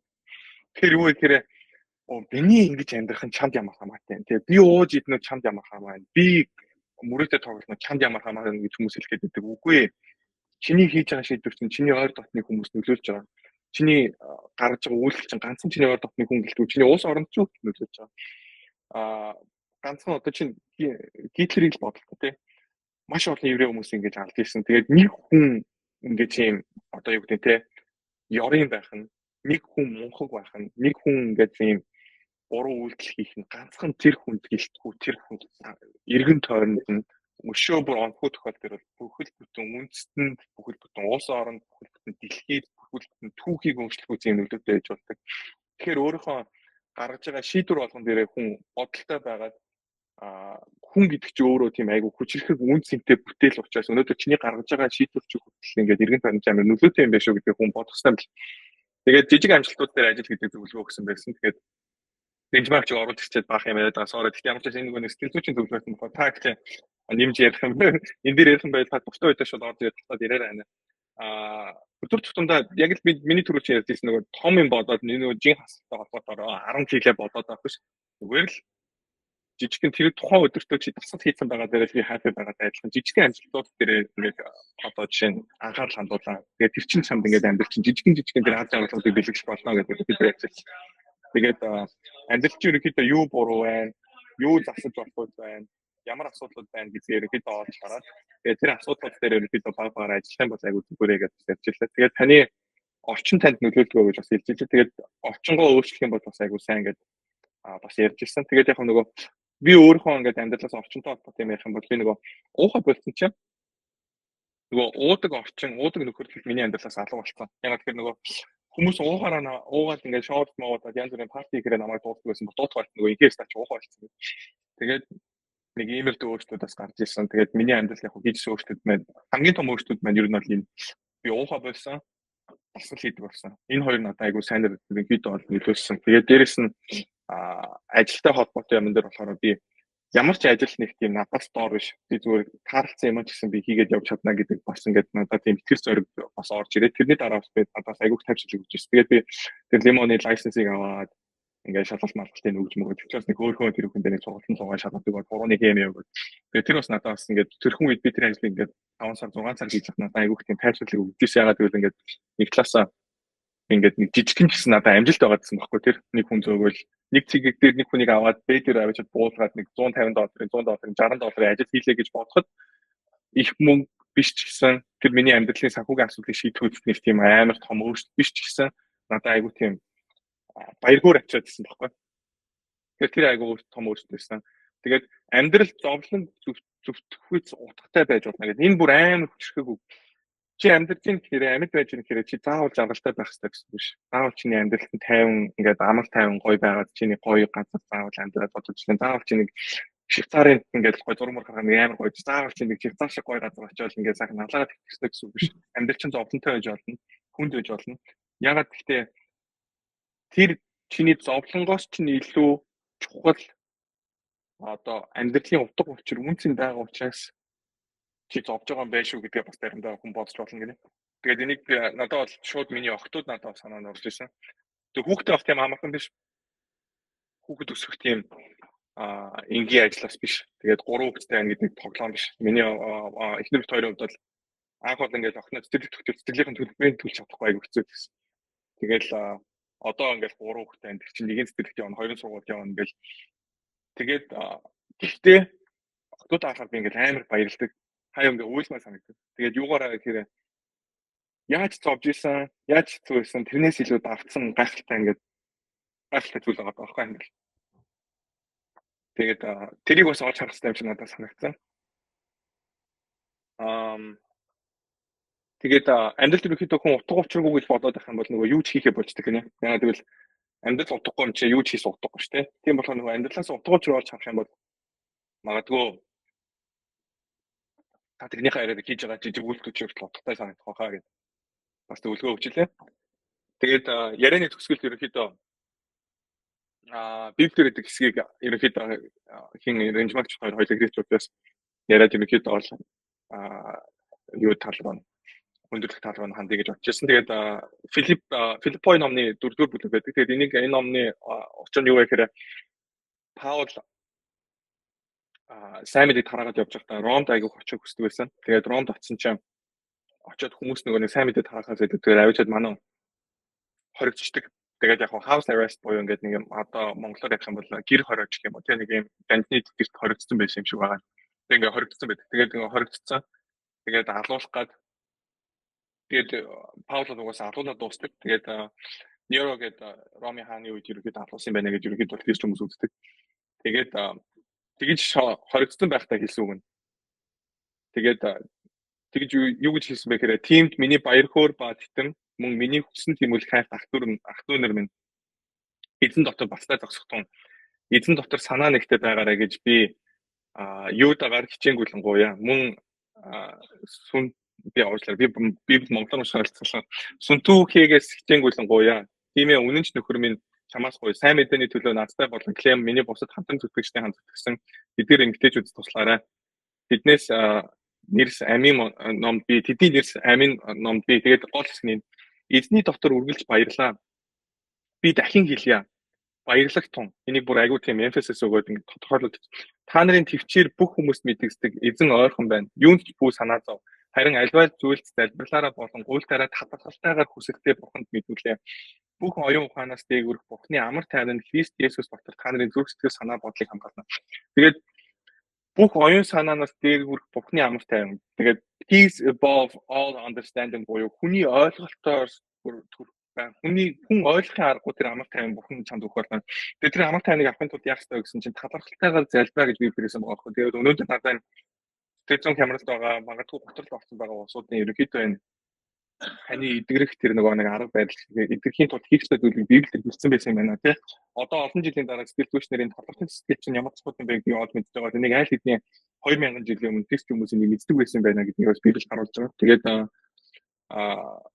үнхээр гайхалтай. Тэгээд шоронд байж иж тий алуулах гэж бусад хүмүүсийг баярлаа. Чи талархаа гэж хэлээд байгаа байхгүй. Тэгэхээр яг ойлгохын аргагүй тийм тайван байдлыг ерөнхийдөө тэр хүн олцсон байсан байгаа байхгүй. Тэгээд яг манайха монгол хүмүүст илүү ойлгомжтой санагдсан нэг гэгэрэл гэж хүмүүс ярьдаг тийм. Гэгэрэл төвцөн тийм одоо чинь нэг юу гэдэг буддаа гэгэрэл төвцөн байсан энэ ч тийм хүмүүс ингэж ярьдаг тийм. Тэгээд яг бистрийн итгэлийн гэгэрэл нь юугаараа ялгаатай гэхээр буддизм ч болохоор юу ч хүсэхгүй байх энэ гэдэг нэг тийм нэг хоосон чанар манар гэж яриад байдаг шүү дээ. Би бол яг нарийн мэдгүй тест тэл болохоор юу ч хүсэхгүй байх одоо бүх юм хоосон энэ гэж бодхоос илүүтэйгээр бид нэр өөрсдөө биднийг ингээд давж гарсан мөнхийн тэр үнцийн мөнхийн баялаг биднийг хүлээж байгаа юм байна гэдэг тэр ихтгэл найдлага биднэрт байдаг учраас энэ өндөр амьдралыг бид нар баяр жаргалтай туулж чадах юм байна гэдгийг ерөөдөө ойлгосон тэрэнд итгэдэг хүмүүсийг ерөөдөө итгэж хүмүүсийг яриад байна. Тэр энэ бол нэг тийм бид нар нэг юм хит юм шашинлаг гэхээсээ илүүтэйгээр өнөөдөр бид нар бол энэ амьдралын хүний бодох хэвээр хамгийн чухал асуудлуудын талаар боддог хүмүүс л гэсэн. Өнөөдөр үхлийн дараах амьдрал байгаа юу үгүй юу гэдэг талаар бид нар боддог л гэсэн. Өнөөдөр үхлийн дараа амьдрал байгаа бол өнөөдөр үнэхээр байгаа бол тэрнээс илүү мэдлэг гэж байхгүй байхгүй. Үнэхээр үхлийн дараах амьдрал гэж байгаа бол тэрнээс илүү том ололт гэж байхгүй. Тэгэхээр өнөөдөр үнэн бол энэс илүү ололт байхгүй бол энийг хүн хайх хэрэгтэй. Үнэн байхад нь хэрэг олж авч чадахгүй бол тэрнээс илүү том гарц гэж байхгүй. Тэгэхээр өнөөдөр хүний амьдралдаа хийж болох хамгийн том ололт, хамгийн том гарц хоёрын хоорондын одоо юу гэдэг те энэ та тэр ололтыг авах уу та эсвэл гарцтайгаар та хоцрох уу гэдгийг чи шийдэх том зүйл чинь асуулт чи энэ байгаа байхгүй. Тэгэхээр энэ бол зүгээр нэг тийм хинэрхээс те чи одоо яах тэр гэдэгтэй биш. Өнөөдөр чиний ч байсан миний ч байсан өнөөдөр амьдралдаа таны асуух хамгийн том асуудлууд энэ чи энэ юм шүү гэдгийг бас хүмүүстээ сануулж. Тэгэхээр энэгээр юу вэ гэхээр бодос санаагаа бид нөр өөр зүйлд чиглүүлье. Тэгээд энэ биднийг санаа зовнуулаад байгаа тэр зүйл дээр хэдэж чиглүүлэх болио гэдгийг бас би сүүлдээ бас айгүй хүн дээр бас томоор бас ойлгож байгаа. Тэгээд хайр бол төвчээртэй, хайр бол одоо тэгээд gentle тэгээд deep гэдэг хайр бас хүмүүсийн гаргасан буруу зүйлийг бүртгэдэггүй гэж Библиэлд бас байдаг. Тэгэхээр юу вэ гэхээр хүмүүс өөрөө чинь гомдоосон бол хүмүүс өөрөө чинь буруу зүйл хийсэн бол хүн өөрөө чинь шандуулахад мохоо гэсэн бол тэр болгоныг битгий бүгдгээ тэгээд юмнуудыг явуулаад хүмүүсийг уучаад сурья гэдэг бас юм бас ойлголтуудыг бас сүүлдээ бас би яг бодож хэлж байгаа. Тэгээд дүүн зөндөө ярьсан. Миний та коммент хэлдэг үү? Буруунд ярьсан бол энэ хүлээс энэ дээр буруу ярьчлаа гэж юм бол тиймэрхүү байдлаар бүтээн засаад бас ямж хийж байна. Тэгээд миний хувьд бол ямар гэсэн энэ хүрээд тийм болж байна. Миний ойлголтууд гэх юм уу? Тэгээд өнөөдөр ямар ч байсан намайг ураад бас яг сэтгэл готрлын талаар тэгээд өөрийнхөө бас амьдралыг яг энд нээлттэйгээр хуваалцсанд их улиралдуудаа бас баярлалаа гэж хэлмээр байна. Тэгээд олон хүмүүст хэрэгтэй учраас та энэ тал дээр хуваалцаач гэд тэгэхээр тэр хэмжээгээр эргэн тойрны хүмүүстэй тус хүрэхийн тулд энэ талаар ойлголттой болохын тулд бит хоёрын уулзалт бас яг үн цэнтэй чухал уулзалт байлаа. Тэгээд ямар ч байсан өнөөдөр маш чухал сэдвийн талаар ярьлаа. Хүний бие өвтгөөр эмч дээр очиод ч юм уу магадгүй шаардлагатай бол им аваад эмчилгээ хийж хүн өөртөө анхаардаг шиг хэрвээ хүний сэтгэл нь өвдөж байгаа бол бас яг сэтгэлээ ангаах арга хэмжээ аваад магадгүй шаардлагатай бол яг мэргэжлийн сэтгэл зүйчтэй бас ингэж уулзаад цаг аваад уулзаж үзээд яг биеийн хувьд сэтгэлийн хувьд олон тал дээр өөртөө ингэж анхаараасай гэж бас хүсэж байна. Тэгээд өнөөдөр бас ингэж хамтдаа байсан ярилцсан бас бит хоёрын өнөөдрийн яриаг бас хэдэн нэг цагт сонсож байгаа бүх хүмүүстээ тэгээд баярлалаа гэж хэлмээр байна. Thank you. Тэгээд бичлэгийн тайлбар дээр Интмачийн Facebook хуудасны линкийг ерөнхийдөө оруулчихна. Тэгээд цаашдаа ерөнхийдөө хүмүүст нэмэлт контент хаалгадаа хандлт цайтай хан бат тухайгаас сэтгэлтэй холбоотой чухал зүйлүүдийг ерөнхийдөө олон бас ярилцах юм зүйлүүд хийж болно. Тэгээд сэтгэл зүйч энэ Benjamin гэдэг пэйжтэй. Тэгээд бас description дээр байгаа линкээр дараа та бүхэн орж болно. Миний хийдэг хөрөнгө оруулалтын холбоотой newsletter болон хөрөнгө оруулалтын сургалтын төлөв холбоотой мэдээлэл авах маань бас www.mugjurstetzik.com руу ороод авч болно. Тэгээд мөлжөртэй бол ингээд ийм юуг ажилтдаг хөрөнгө оруулалтын хэвлэл болон сургалт ерөнхийдөө бол би хийдэг. Тэгээд энэтэй холбоотойгоос бенчмаркчаас зөвлөгөө авсан, бенчмаркчтай уулзсан энэ хүмүүс байх юм бол дараагийн 1 сарын хугацаанд ерөнхийдөө бол манай хөрөнгө оруулалтын сургалтын 30% хэмжээтэй сууж болно. Тэгээд бенчмаркчтай уулзсан хүн болгоно тэр мэдээлэл ерөнхийдөө бол хөнгөлтийн ерөнхийдөө линкийг бол бенчмаркчаас өөрөөс нь авна. Тэгээд бенчмаркч та нөгөө юутай холбоотой гэлсний төгсөлт ерөнхийдөө сервистэй холбоотой юунуудын мэдээллийг өгье те. Тантай яаж холбогдох вэ? Дээрэс нь одоо юу гэдэг нь нэг уулзаараа хэдэн минут уулздаг вэ? Ямар төлбөртэй байдаг вэ гэх юм уу нэг иймэрхүү ерөнхий мэдээлэл өгдөг вэ? Дээрээс нь бас өнөөдөр бас яриан дээр сайн дурдж чадаагүй юм юу вэ гэхээр заавал насан турш үнэтэй бас ярьдгүй те гэж. Насан туршаагүй өсвөр насны хүүхдүүд энэ төр байсан ч бас болно. Ягаад өсвөр насны хүүхдүүдийн сэтгэл зүйн ерөнхийдөө хамаас гэдэг зүйлсэнд бүр ерөөсөө нэлээд том асуудал болоод хувирсан. Тэгээд дээрэс нь хосын бас юм зөвлөгөөнүүд өгж байгаа. Надад хосын зөвлөгөө бол амар чухал юм шиг санагдсан. Яг тэгэхээр хүн ер нь амьдралдаа ингээд ав жаргалтай байхад хамгийн чухал зүйл ер нь бол мөнгнөөс илүү зүйл маань ихтэй нөхөр хоёр ингээд айгу тийм нэг баг байгаа. Сэтгэл зүйн хувьд ингээд айгу тийм нэгмэл байх нь айгу чухал юм шиг. Тэгээд бид нар нөгөө төгс биш хүмүүс учраас яадаг вэ гэхээр өнгөрсөн тийм ардаанууд айгу байдаг. Би Монгол сургалт хийдэг байхдаа тэнэг юм хийгээд найзтайгаа нийлж чаад тайздаг клуб энэ төр орж маргаад янз бүр болж байгаа. Техникийг боо юм бол уурыг үлдчихсэн аахгүй. Тэгээд манай тэрийг одоо ч яриад ингээд хаяа хоёр мархад гэхгүй. Нийтдээ би өөрөө бас балаа юм хэрнэ. Тэгээд ер нь гэхдээ яг ингээд өнгөрсөн хугацаанд ингээд бодож байгаа. Тэр ч юм бас айл гэр болоод нэг хөрхөн 8-9 жил болчихоо. Манай том охин ч одоо 7-той. Тэгэхээр ингээд өнгөрсөн хугацаанд харж байгаа. Би ингээд их нэртэйгээ муудалцсан миний ажил ингээд сайн явдггүй. Их нэртэйгээ муудалцсан миний сэтгэл зүйч гэсэн гоё байдгүй.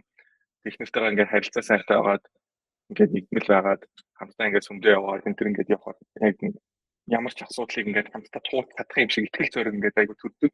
Айгу хүчтэй байдаг. Тэгээ манай хүн бас бүхэн гэдэг бас өнгөрсөн бүтэнцэн бас баптизм бүтсэн байгаа даа. Тэгээд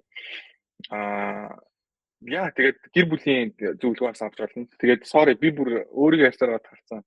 Тэгээ угаасаа өөрийгөө ярьсан channel нээсэн мата тэгээ sorry. Энэ жагч яаж холбогдох вэ? Нийтээрээ мэдээлэл өгөх нэг.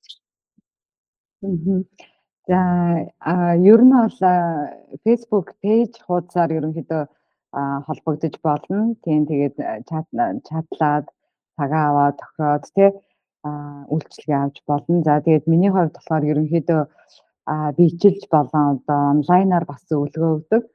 Монголд байгаа хүмүүс байвал одоо бичлж уулзах боломжтой. Хэрвээ орон нутагт ч юм уу эсвэл гадаадд байгаа хүмүүсийн хувьд онлайнаар бас зөвлөгөө авах боломжтой байдаг. Тэгээд насанд хүрэгчдийн одоо зөвлөгөөний хувьд нэг удаагийн уулзалт маань 60 минут үргэлжилдэг. Тэгээд 120 мянга гэдэг харин хосын зөвлөгөө болохоор 90 минут үргэлжилнэ. За тэгээд төлбөрийн хувьд 180 мянга байдаг. Тэгээд түрүүн хэлжсэн тийм өсвөр насны хүүхдүүд болохоор хүүхдүүдтэй бас зөвлөгөө өгдөг. За тэгээд 40-45 минут үргэлжилнэ. Төлбөрийн хувьд одоо 90 мянга. Хүүхдийн хувьд 5-аас 12 настай хүүхдүүдэд бол тоглоомын сэтгэл засал одоо хийдэг. За тэгээд төлбөрийн нэг удаагийн уулзалт маань 80 мянга гэсэн юм үн ханштай байдаг. Тэгээд хэрвээ шаардлагатай бол Facebook пэйж хуудасаар ер нь холбогдоход болно. Тэгээд манайха монголчууд угаасаа Facebook сайн хэрэглэдэг учраас Facebook-оор холбогдчихсон. Тэгээд thank you very much. Өнөөдөр та нарыг авчирсан баярлалаа. Тэгээд өнөөдөр бас энэ хүү урт яриаг анхаарал тавьж сонсон та бүхэнд баярлалаа. Тэгээд сэтгэл санаар унсан ингээд залуучууд ингээд хүмүүс байгаа бол та бүхэнд итгэл найдлага дуусаагүй шүү те. Танайгээ боломж байгаа шүү. Тэгээд энээсээ та гарч чадсан шүү. Цаг хугацаа орох. Гэхдээ ямар ч байсан та чадах хаа гэж ямар ч байсан хэлмээр байна. Тэгээд яг 100% чадна гэдэг бас хэлэхээр бас хүмүүстээс буруу хэлэлцүүлж өгөх. Тэгээд ямар ч байсан thank you guys. Тэгээд энэ хүрээд хэлээ. Баярлалаа.